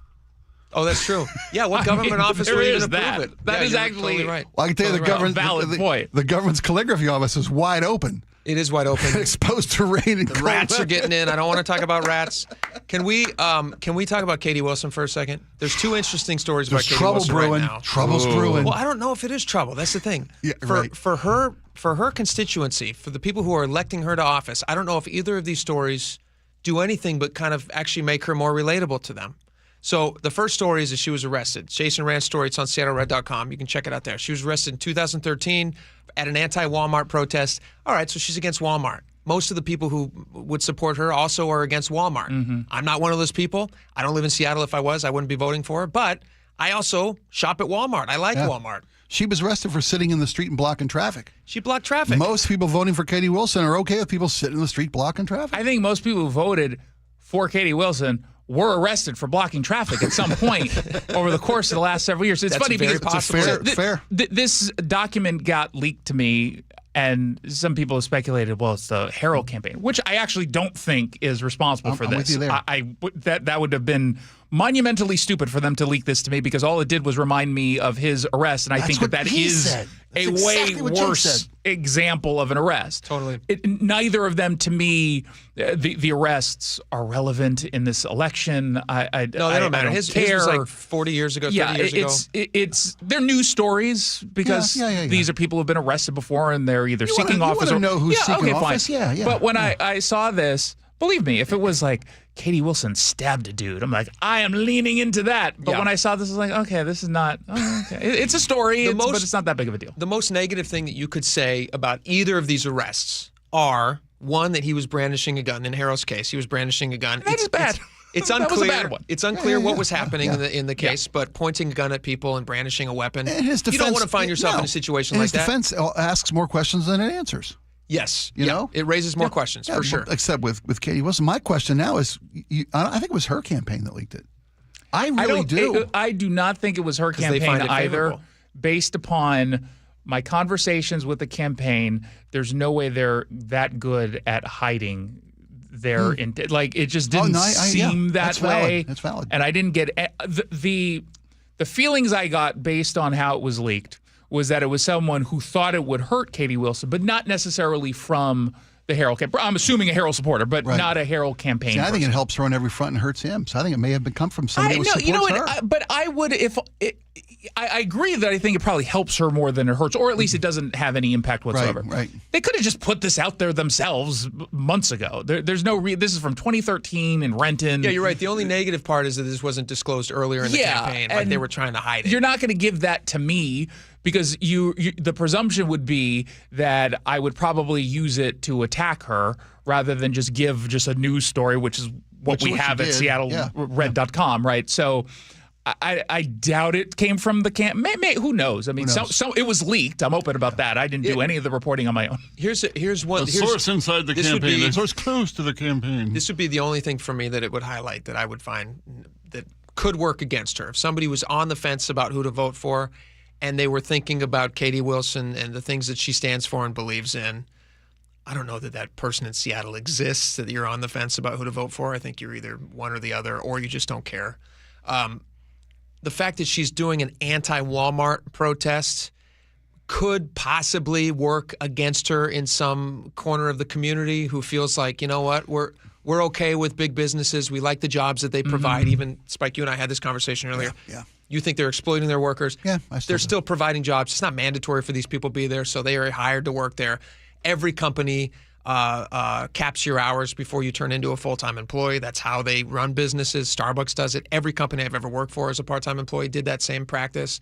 She's not demonstrating in front of those smaller companies, so that's the only part to me that could work against her. I think it could work against her in a world in which people don't get the details why she was arrested and just say she was arrested. She's someone who's still getting money from her parents in New York. The long list of things. Let's talk about this. So KUOW had this big story that came out. Was this just yesterday it came out? I don't know how we missed this. Maybe it was late yesterday in our defense. No one goes to KUOW. And also, you're totally right. Nobody reads KUOW. So I didn't even know they're still there. I thought Trump cut all the funding and it would all go away. Better hope there's not a tsunami. Continue. Sorry. They're still here? How did they survive? Begging for my money. KUOW has a story about how Katie Wilson is still getting regular checks from her parents, and she talks about how expensive childcare is. What does she say? It's $2,200 a month for her childcare costs. And one of her big things on her platform, and she's out there all the time talking about, being a working mom and yada, yada. Affordability. Cost of childcare. She wants to make childcare free for people in Seattle. Now, she wants to do that by raising other people's taxes. Mm-hmm. She wants to take other people's money to pay for other people's childcare, which actually checks out because that's what she's doing in her own life. She says in this article, her parents' money comes in, pays for her childcare. My question to you guys is, does this hurt her in the campaign at all? Or do you think there's any uncomfortable feelings coming from, answer that question first. It is meant to generate concern from someone who might not vote in this election, the more moderate voter or the liberal voter who's not, very far to the left. This is meant to help Bruce Harrell. This article? And if 100%. I disagree. I think it's meant to shave off some of her I edges. think what you're going to start hearing, if we haven't yet, if not Harrell himself or his campaign talking heads, will be pushing this to every single reporter.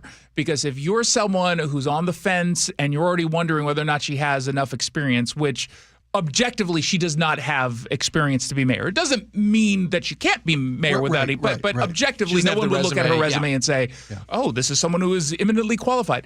The first thing that comes to mind is, this is a bad look. You're how old, and your parents are still giving. 40s, even if someone could identify with the concern, it's still not a good look if you're going to be put in charge of the budget for the size of the city of Seattle. You can't handle your own finances. It is just not a good look. In her defense, everything is expensive these days. If you have loving parents who have the means to sometimes help you, I have no problem with parents doing that. The problem is that she is running on a platform of, we cannot afford these things because the system is broken. That's what she's saying. We can't afford them because childcare is so expensive that average working people like myself can't possibly afford these things and live in the city and yada, yada, yada.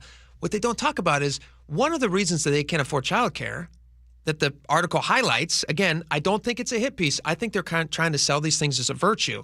Her husband doesn't have a job and hasn't for... They don't even say what he's ever done, but he doesn't have a job. He volunteers at her campaign, apparently.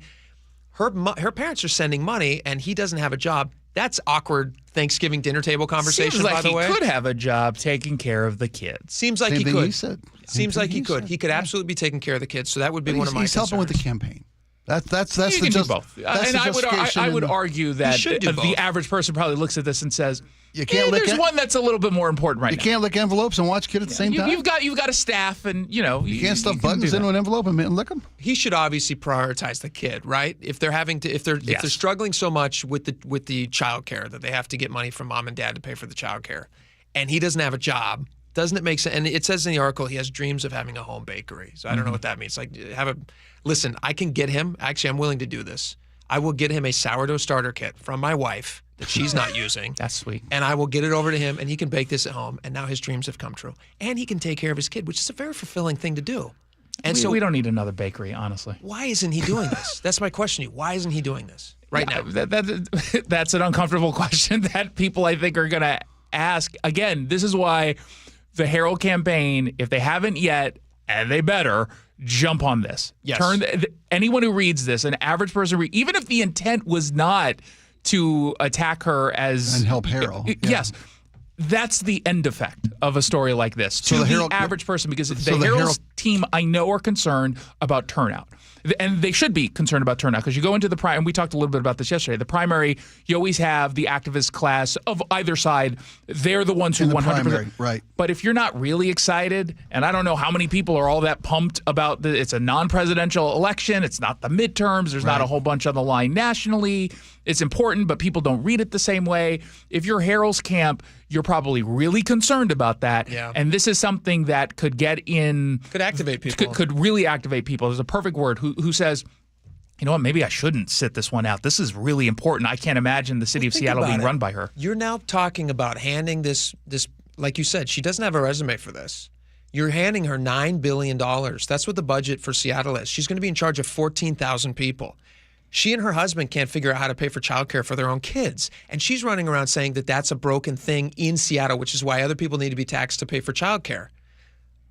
It's an easy fix. If he got a job, I guarantee you they could pay for their kids' childcare. Yeah. Or he could just sit there and take care of the child. So I think a lot of people are going to see that.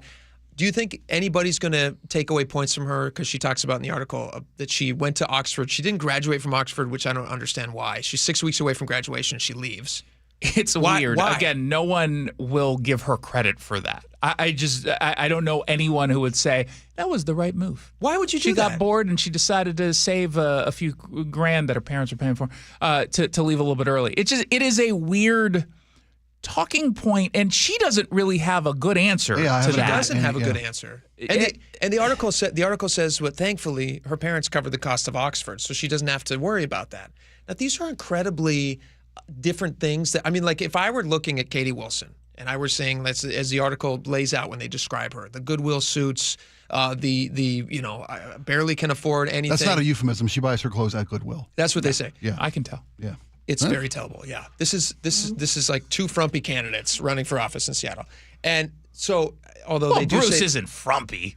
Well, let me ask you that, because they describe him as a showman, a charming showman in a crisp suit. Do you think he's a showman? He's definitely a showman in the sense that when he comes in to any room, he's the guy who appears to love to shake people's hands and schmooze and do that thing. Like, that's his personality. Crisp suit?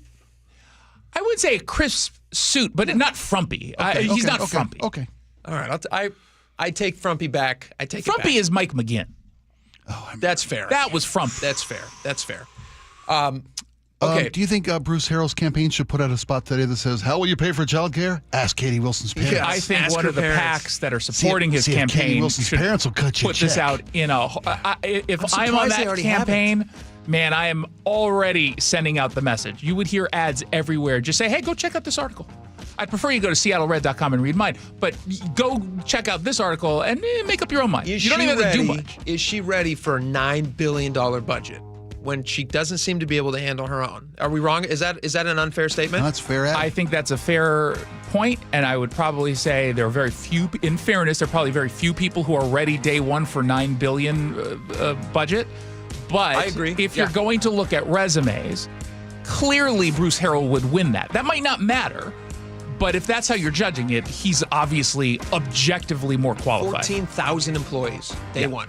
That's a big job. I say put Trump in charge, and that number's 3,000. Hey, and then we're saving a ton of money. And we're saving a ton of money. No more $9 billion, and now you can help Katie Wilson. We get a clean city, probably a ballroom out of the deal. Got any buildings we don't like we can tear down? Yeah, any what now? Yeah. There are plenty of buildings I'd love to tear down in Seattle. What are you talking about? Let's start looking at some of the east wing of Seattle Center. All right, we got a lot more coming up. Stick around. We'll be right back. The John Curley Show. And the reason I love autumn the most, and I guess that's why I love to grow pumpkins, Weekdays 3 to 7. is because it's nature telling you summer is over and soon it will be dark and it will be cold and there will be no light. And just before, nature says, here's a prize for you because we know you're going to go into hibernation. So here's orange and yellow and fiery colors everywhere. So this is our final gift to you. Watch The John Curley Show live on YouTube. Hey, it's John Curley with Dr. Kopstein from K2 Vision RLE. Doc, I heard that 50% of Americans have their lenses replaced by the time they're 75. That's exactly right, John. As we near 50, our eye's natural lens starts to become dysfunctional. If you've now added readers to your need for glasses and contacts, it's a sign the quality and function of your natural lens is fading, and it's a steady decline towards cataracts. Don't go another 20 plus years with poor vision, hassling with contacts and readers. Do what I did. Choose a quick, painless refractive lens exchange from K2 Vision RLE and start enjoying great vision now. Our new lens technology is truly amazing. After replacing over 100,000 lenses, we have the experience to guide each patient to their best solution, even if that's recommending you wait a little while before RLE. K2 Vision RLE can restore distance and near vision permanently, plus never develop a cataract. Read the reviews and schedule a free Zoom consultation now at k2visionrle.com. Health insurance is broken, but it doesn't have to be. That's why Scan Health Plan was founded as a nonprofit, so we can create Medicare Advantage plans that focus on the real needs of seniors. We've been people first since 1977, and we're here to make Medicare work hard for you, because you deserve more than a broken system. You deserve a plan that fights for you. Visit scandifference.org to learn more. Scan Health Plan is an HMO plan with a Medicare contract. Enrollment in Scan Health Plan depends on contract renewal. With football season comes cooler weather, so if you need new windows and doors, don't drop the ball. Steve Rabel here. Call on locally owned Pella Windows and Doors of Western Washington to tackle your project. Their wide selection of windows and doors always beats the competition, and they'll give you top-notch customer service with no trick plays. Schedule a free consultation with Pella Windows and Doors of Western Washington. Go to PellaPNW.com. That's PellaPNW.com. When you walked through your kitchen this morning, what'd you see? Did it make you happy? Hi, I'm Chad Cicchini, owner of Heritage Homecraft. Well, I want to make you happy. We'll custom build you all new cabinet doors and drawer fronts, and using our exclusive 1/4-inch solid wood refacing process, transform your existing cabinets into a beautiful new kitchen. Add a custom quartz countertop, change things up a bit, add some more cabinets, install some cool new features like soft close drawers and sliding shelves, whatever you like. We'll help you to create the new kitchen you'll be proud of. All in about a week, and all with way less mess, hassle, time, and expense than to tear out. Stop waiting. For 18 years, we've been honored to serve thousands of happy customers, and we'd love to serve you.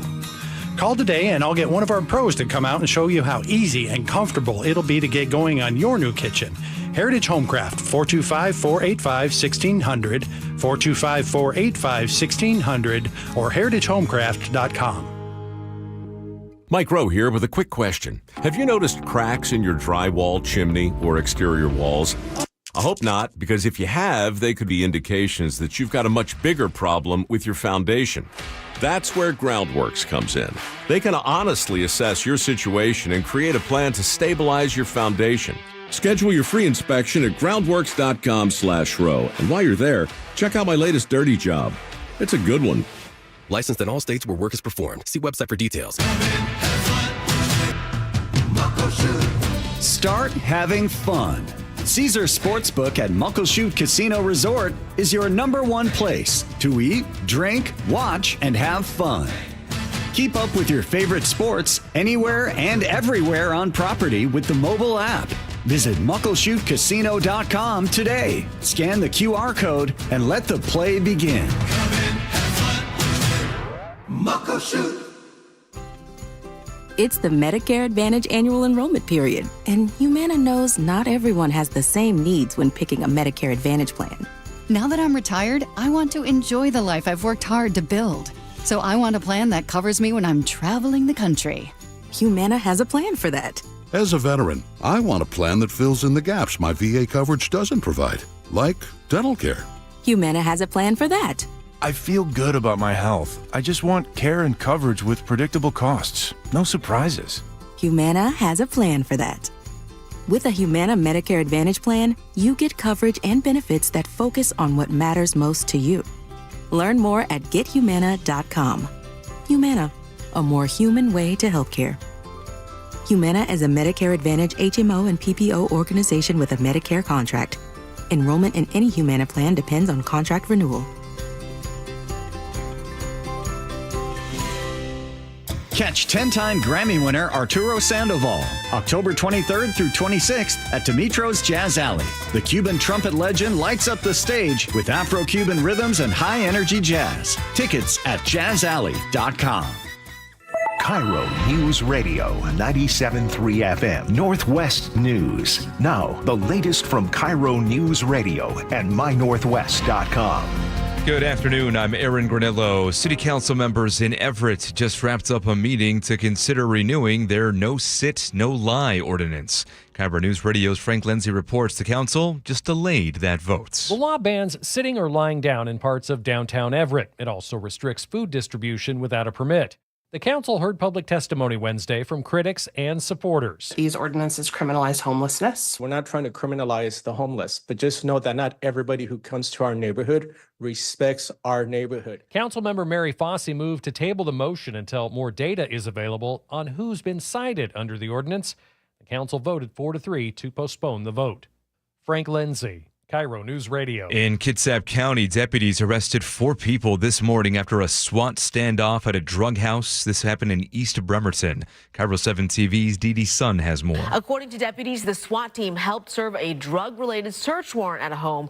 The sheriff says it has been a problem house that has brought a lot of unwanted attention to this typically quiet neighborhood. Deputies contacted 15 people inside the house. They arrested 4, 2 of whom were renters, and found evidence of drug activity. Health department also responded to that house because of septic and plumbing issues. Meantime, state engineers are on I-90 near Cle Elum, where they say a truck carrying an oversized load slammed into an overpass. State Trooper Jeremy Weber tells me oversized loads are supposed to go around, not under the I-90 Bullfrog Bridge. And when this one truck driver didn't do the right thing, then of course struck the bridge and caused massive damage. The impact sent concrete flying and left dozens of pieces of rebar dangling over the pavement. It's the 3rd bridge hit by a truck in the past couple of months. A State Route 167 overpass in Pacific remains under repair. The nearby White River Bridge on State Route 410 just reopened. Luke Ducey, KIRO News Radio. 2 hikers are safe after getting lost in the snow in the Alpine Lakes wilderness. Kittitas County deputies say the pair became stranded near Peggs Pond Trail Sunday morning. They called 911 reporting they were cold, wet, with nothing but a plastic tarp for shelter. Search and rescue teams hiked 5 miles through tough terrain to reach those hikers and then guided them out of the wilderness. Let's check the real-time traffic desk now at 2:33. Here's Nate Connors. All right, this report brought to you by Bucky's Complete Auto Care up in Canyon Park, northbound 405, right at the exit to 527. We've got an IRT vehicle in the Gore Point, and a couple individuals are standing on the shoulder. Not sure what they're doing, but it's enough for drivers to slow down and take a look. And so this has caused a thick backup starting at 522. Bellevue to Linwood, 25 minutes. Seattle to Linwood is a 20-minute trip. It's crowded through Shoreline into Mount Lake Terrace. Linwood to Seattle also at 20 minutes. It's heavy from the U District down to I-90. South 405 packed from Southeast 8th to 112th. Bellevue to Renton right around 25 minutes. Seattle to Federal Way is also 25 minutes, and we're slow already from interurban down past State Route 516. Renton to Puyallup starting to fill in as well. A little heavier in the south end than the north end. All added up, Renton to Puyallup right around 35 minutes. For 50 years, Bucky's Complete Auto Repair has earned local trust with honest pricing and guaranteed repairs. That's why Carfax has preferred them. No gimmicks, just great service. Bucky's.com. KIRO News Radio, real-time traffic. I'm Nate Connors. Forecast brought to you by State Roofing and Exteriors. We have some clouds today, light rain, and also some sun breaks. Highs today will top out in the low 60s. Right now, 61 degrees in downtown Seattle. I'm Aaron Granillo, KIRO News Radio. Your best source for local news. You're listening to KIRO News Radio, Northwest News. All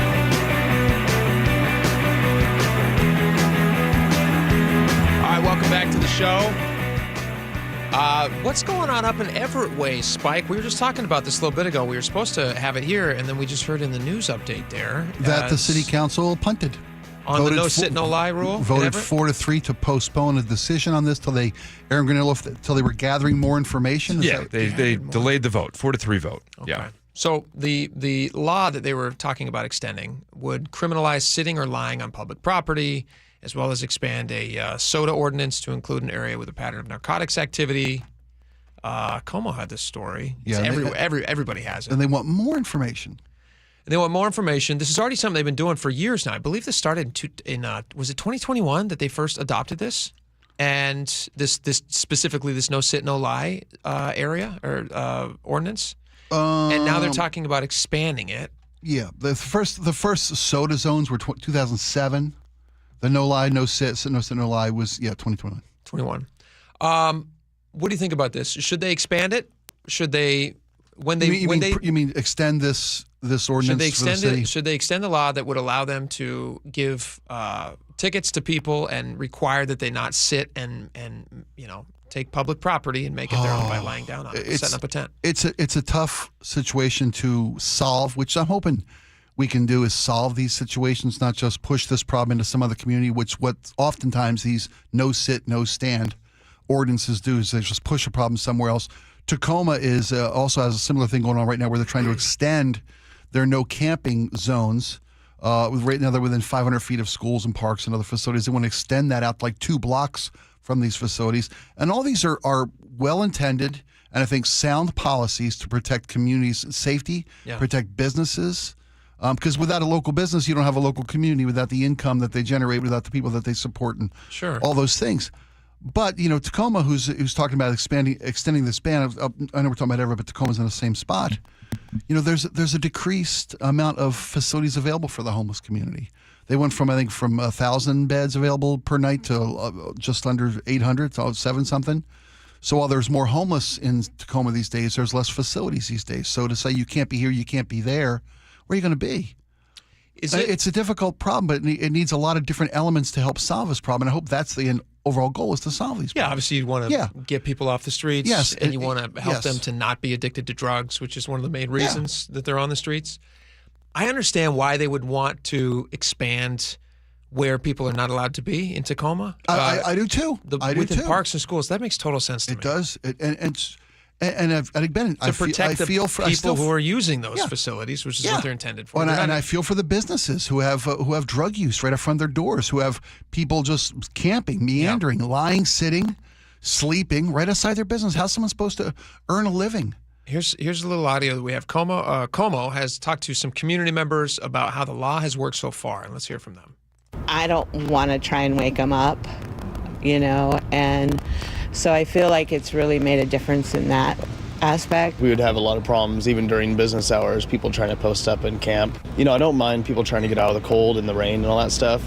They need to do that, but in front of an open business, especially when I got my kid in there and stuff like that, they're smoking fentanyl and stuff like that. This is John Holden, who actually used to be homeless, spoke with Como News. I'm in recovery and stuff, and I've been on the streets and stuff before, and it's really no place to be. If you are gonna just kick them down the street, maybe direct them somewhere positive. Are they just being pushed down the street to other neighborhoods? What happens when they're not here? They're moved somewhere else. So it's a trickle effect. Here would be a question I would have, and that's something that every city who deals with this has to grapple with. Is it your responsibility to take care of these people? You asking me directly? Yeah. Yeah, I mean, if you let's say that you were elected mayor of Everett, or you were elected mayor of Seattle. By the way, I think you'd be a much better mayor of Seattle than the candidates that we have. Thank you. I appreciate it. As I think would you. I don't live in Seattle, so I can't do the job. I don't either. Yeah, well, I guess neither of us can do the job. Put a tent up and temporary residence. You could establish a temporary residence. Move into your car, which they consider a permanent residence. Is it the responsibility of the mayor of a city to take care of it, to care for, if you were the mayor, provide services for these people? I don't know if it's responsibility, but I think it's good governance, and it's a good business idea to do this, because if you invest in these people's well-being and their advancement in society, they stop becoming a problem and a hindrance to progress for the whole city. Okay. It's just good business to invest in solving this problem. I mean, you have to make priorities. Then, don't get me wrong, we're throwing a lot of money at this problem already. $2 billion over the last couple of years, and it's only getting worse. 26% worse. Proper management of these resources, I think, is paramount to this being successful. Yes, so I guess it is the mayor's responsibility to the rest of the community to provide services and a solution to this problem inflicting upon their cities. Should arresting people be part of that solution? It seems that when only 11% of people who are offered assistance and a safe place to be. That's a Seattle Times number. That's a right. Yeah. We're not grabbing that out of the air. Yeah. When only 11 people want help and they clearly need help, there's a point where, okay, well, we're gonna give you help. Yeah. And you clearly we're going to force you to get help if you're going to demand to live on public property. Right. You're saying that you are now basically public property. So we don't want you to die outside. So what do? We have to take care of you. If we're going to be forced to take care of you, we have to send you to a place where you can get clean, because we can't just give you drugs. That being said, though, no, you're right. That being said, though, if you're going to arrest people, Seattle, that's what they want to do far too often. If you're going to be arresting people, you can't just put them in a cell. You can't just make them, the property of the state or the responsibility of the state and just give them 3 hots and a cot and a locked door. I think that has to come with some mental health, some rehabilitation, some addiction treatments as well. I totally agree. Let's provide the opportunity for these people to get healthy. Yeah. Give them the option. If they refuse that, like if you tell somebody they can't sleep on the side of the street, this no sit, no lie thing in Everett. And by the way, if anybody in Everett's listening, I think it would be very wise for them to continue doing this and to extend these zones. It expires at the end of December. It expires in December. They're kicking the can down the road. They don't so have much. They don't have much road left to kick it down. It expires in December, and it's going to be November in a week. It has shown that it works. It does not. It's not popular with people who are protesting this, but that is a small group of people who are being very vocal. For the rest of the people who live in Everett, and I'm speaking as somebody who spends a great deal of time in Everett. I live right near Everett. I spent a quarter of my life living in Everett. You don't want people on the streets who are going to make it harder for businesses to operate, who are going to make it harder for people to get into parks and to walk their kids. You heard that one guy. Like, he doesn't want people, like, he's not a cruel person. He doesn't want somebody outside to have to be sitting in the rain, you know? Right. But he also doesn't want that person who's smoking fentanyl to be right outside while he and his kid are trying to be inside a local business. You're not going to go back to that business.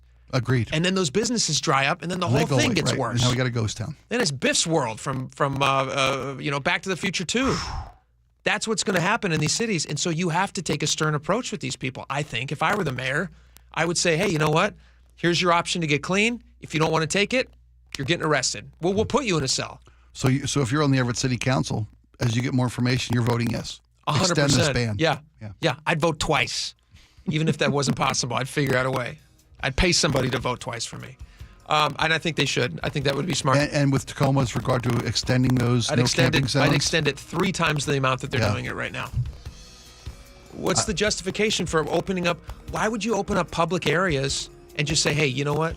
Feel free. Have at it. Like, where does that ever work for the good? I can't think of any examples where that's better for the community. Allowing people to continue to struggle with mental illness and drug addiction is not doing them any favors. Yeah, get them help. We all want to get them help. Yeah. But, don't make it easy on them. Force them to get help. All right, we got a lot more coming up. We got your text messages. Lots of great stuff coming up next. All right, we'll be right back.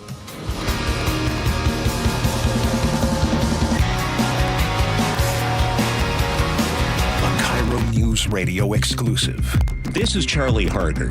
I've spent the past 6 weeks investigating a story involving a youth pastor, child abuse, a mayor, and a name change, all while civic leaders appear to look the other way. I've read the police report. It is horrible. It is sickening. There's some level of calculation there. You have to make it right. Join Seattle's Morning News tomorrow morning at 6:15 and 8:15. Watch the full story at mynorthwest.com and the KIRO News Radio YouTube page. Eric Johnson here. I spent the past 30 years working to help make our community better informed, better protected when it comes to consumer issues, and better equipped to take on whatever life throws at us. That's why I love the free Washington Accident book series from Davis Law Group. These books keep us better informed about the law, better able to protect ourselves on and off the road, and better off when all is said and done after an accident. Chris Davis didn't have to write these books. He did it because he saw a need.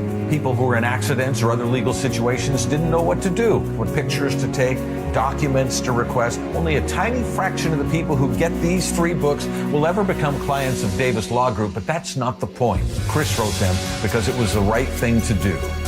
The free Washington Accident book series is a must-have for drivers who want to be prepared for whatever the road might throw at them. Get yours at WashingtonAccidentBooks.com. You're miracle workers. Don't know about that. My drain was clogged. Right. You came in a jiffy. And got right to work. Now it's clear. It's what we do. Like I said, you're miracle workers. Actually, we're plumbers. Apollo plumbers. You want to see some real miracle workers? Huh? Just take a look at Seattle Children's. Sure. They're all hope, care, and cure. All true. And together, we can help them. How so? Your service fee? Yeah. Apollo Plumbing is donating it. To benefit Seattle Children's Hospital. We're donating all our service fees. All month. To help Seattle Children's provide outstanding care and support research. And ensure no child in need is ever turned away. That's the goal. Gotta love that. Gotta love the work they do at Seattle Children's. So, I call, you come. Apollo donates your service fee. All our service fees. All month? All the way to $20,000. That's so Apollo Plumbing. Always ready, right now. You really are miracle workers. Aren't we all? Maybe so. ApolloPlumbing.com. An illegal alien from Guatemala charged with raping a child in Massachusetts. An MS-13 gang member from El Salvador accused of murdering a Texas man. A Venezuelan charged with filming and selling child pornography in Michigan. These are just some of the heinous migrant criminals caught because of President Donald J. Trump's leadership. I'm Kristi Noem, the United States Secretary of Homeland Security. Under President Trump, attempted illegal border crossings are at the lowest levels ever recorded, and over 100,000 illegal aliens have been arrested. If you are here illegally, you're next. You will be fined nearly $1,000 a day, imprisoned, and deported. You will never return.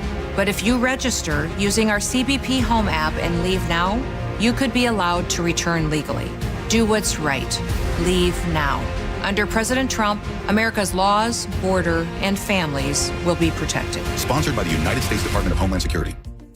Most roofers around here give you one option. Two if you're lucky.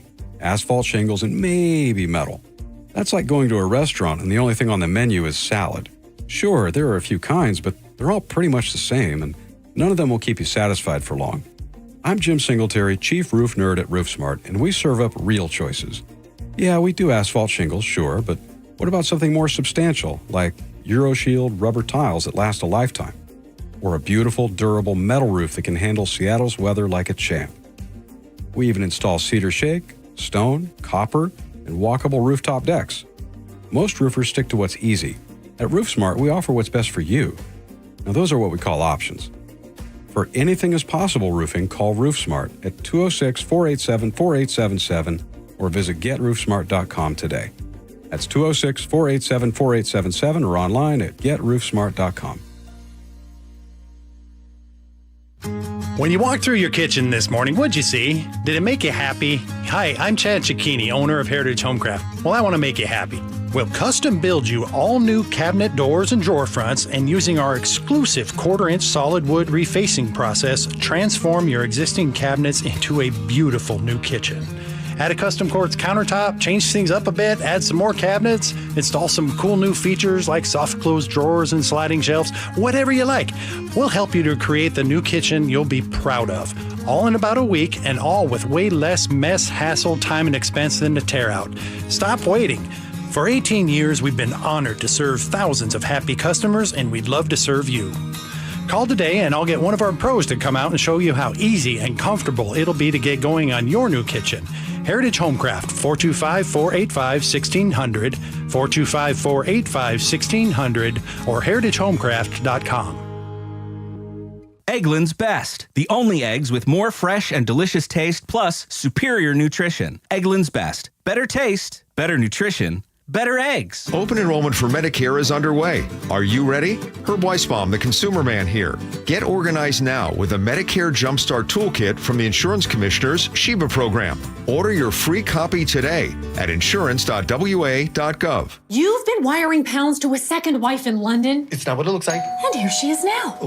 Sure it isn't. Hello, darling. Elizabeth? Did you know our husband used a bank instead of Wise to send you money? What an imbecile. Well, See, even your secret wife knows that banks are slow and hide fees in overseas transfers. Those cheaters. If you want to send money overseas, use Wise. They're faster and they don't hide fees. You can save up to 70% when you send money abroad. Be smart. Get Wise. Learn more by visiting wise.com. T's and C's apply. All right, welcome back to the show. We got a ton of text messages today. I didn't realize we had a lot of really meaty, kind of debatable topics today. And you guys certainly voiced your opinion on many, so we're going to try to get to as many of these as we can. Let's start with Walmart.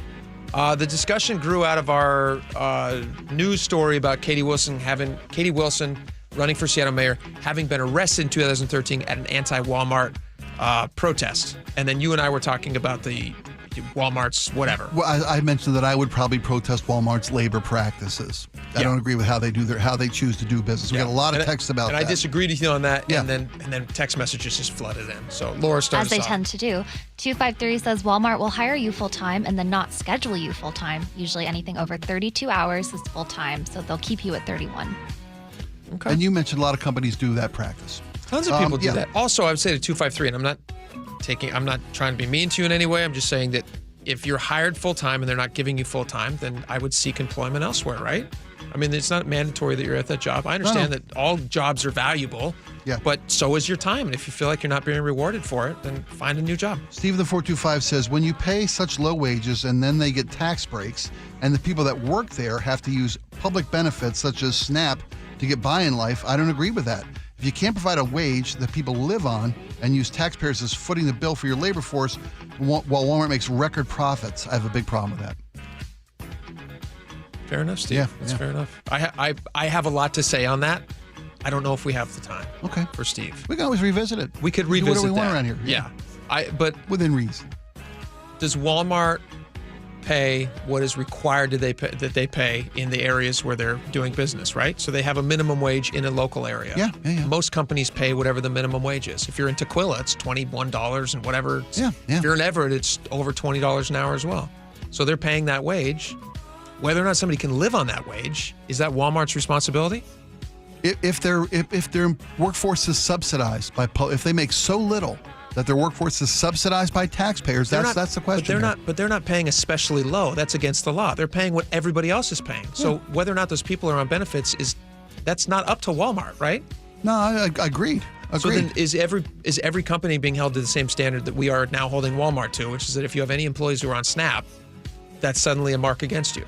Well, if you're turning record profits, is the mark to my personal opinion. Yeah. My mark against them is they're making money hand over fist. They're the wealthiest family ownership group in America. Yeah, it's a very successful business. They can afford to pay a little more. Just because they're paying what the state requires them to pay. Again, and we're making them a difference. We should have a real debate on this. That would be very interesting. Yeah, I like that. 425. Go ahead, Laura. Go ahead. 425 says Costco takes good care of their employees and they still make a ton of money. Walmart could do the same. There you go. It's a good rebuttal. I love this job, man. On Katie Wilson's arrest record, by the way, Mike and Edmonds says she should wear this arrest as a badge of honor. I'm sure she does. I mean, as we said, with her voting base, you bet. You bet. On Katie Wilson getting money from her parents, which again, lots of people get money from their parents. It doesn't mean it's a horrible thing. Doesn't qualify for mayor. But most people are not running for mayor. To manage a $9 billion budget, there is a 14,000 difference. employees. Yeah. Arthur in Kent. Oh, Arthur, I like. Arthur, how am I dressed today, by the way? Arthur says she's trying to manage Seattle's budget while she can't even manage her own. Come on, let's be real. Doug in Mount Vernon says if she needs help with Seattle's $9 billion budget, the treasurer of Morton has experience. And is looking for a gig. Nice, yes. Yeah, Good you're job. right. Vicky in Kenmore says, who cares if Katie's parents are sending her money? We give our kids money as part of our estate plan. It's absolutely none of anyone's business. You're making assumptions, and you really don't know all the details. To be fair, Vicky, to us, we're giving you the details that were laid out to us by KUOW. And I do think she offered, yeah. Yeah, and I do think that they're relevant. I don't know who Vicky's kids are, but they're not running for the highest elected office in the city. Katie Wilson is. So I think it's, it bears scrutiny, and it's totally fair to discuss it. All right, we have time for just a couple more of these real fast. Wow, okay. On the new ballroom, Kyle in Bellingham says he said that he would not touch the existing, and he lied again. All right, Kyle agrees with you, Spike. And I got to go with this one. On cameras in your toilet, Joel in Big Lake says they need to use Cal Raleigh as their spokesman for that. Oh yeah, for the big dumper. Yeah. Sure, it's big, but is it healthy? Is it healthy? Right. Tell you what. That guy looks healthy as a horse, so I'm betting it is. I'm betting it is. Yeah. All right. Thank you guys so much for hanging out with us today. We're on the downslide of the week. Here comes, Tomorrow's baby. Thursday. Yep. It's going to be a fun show. Tune back in for that. John Curley's coming up next. I hope you all have a wonderful day. We'll see you back here tomorrow. Bye-bye.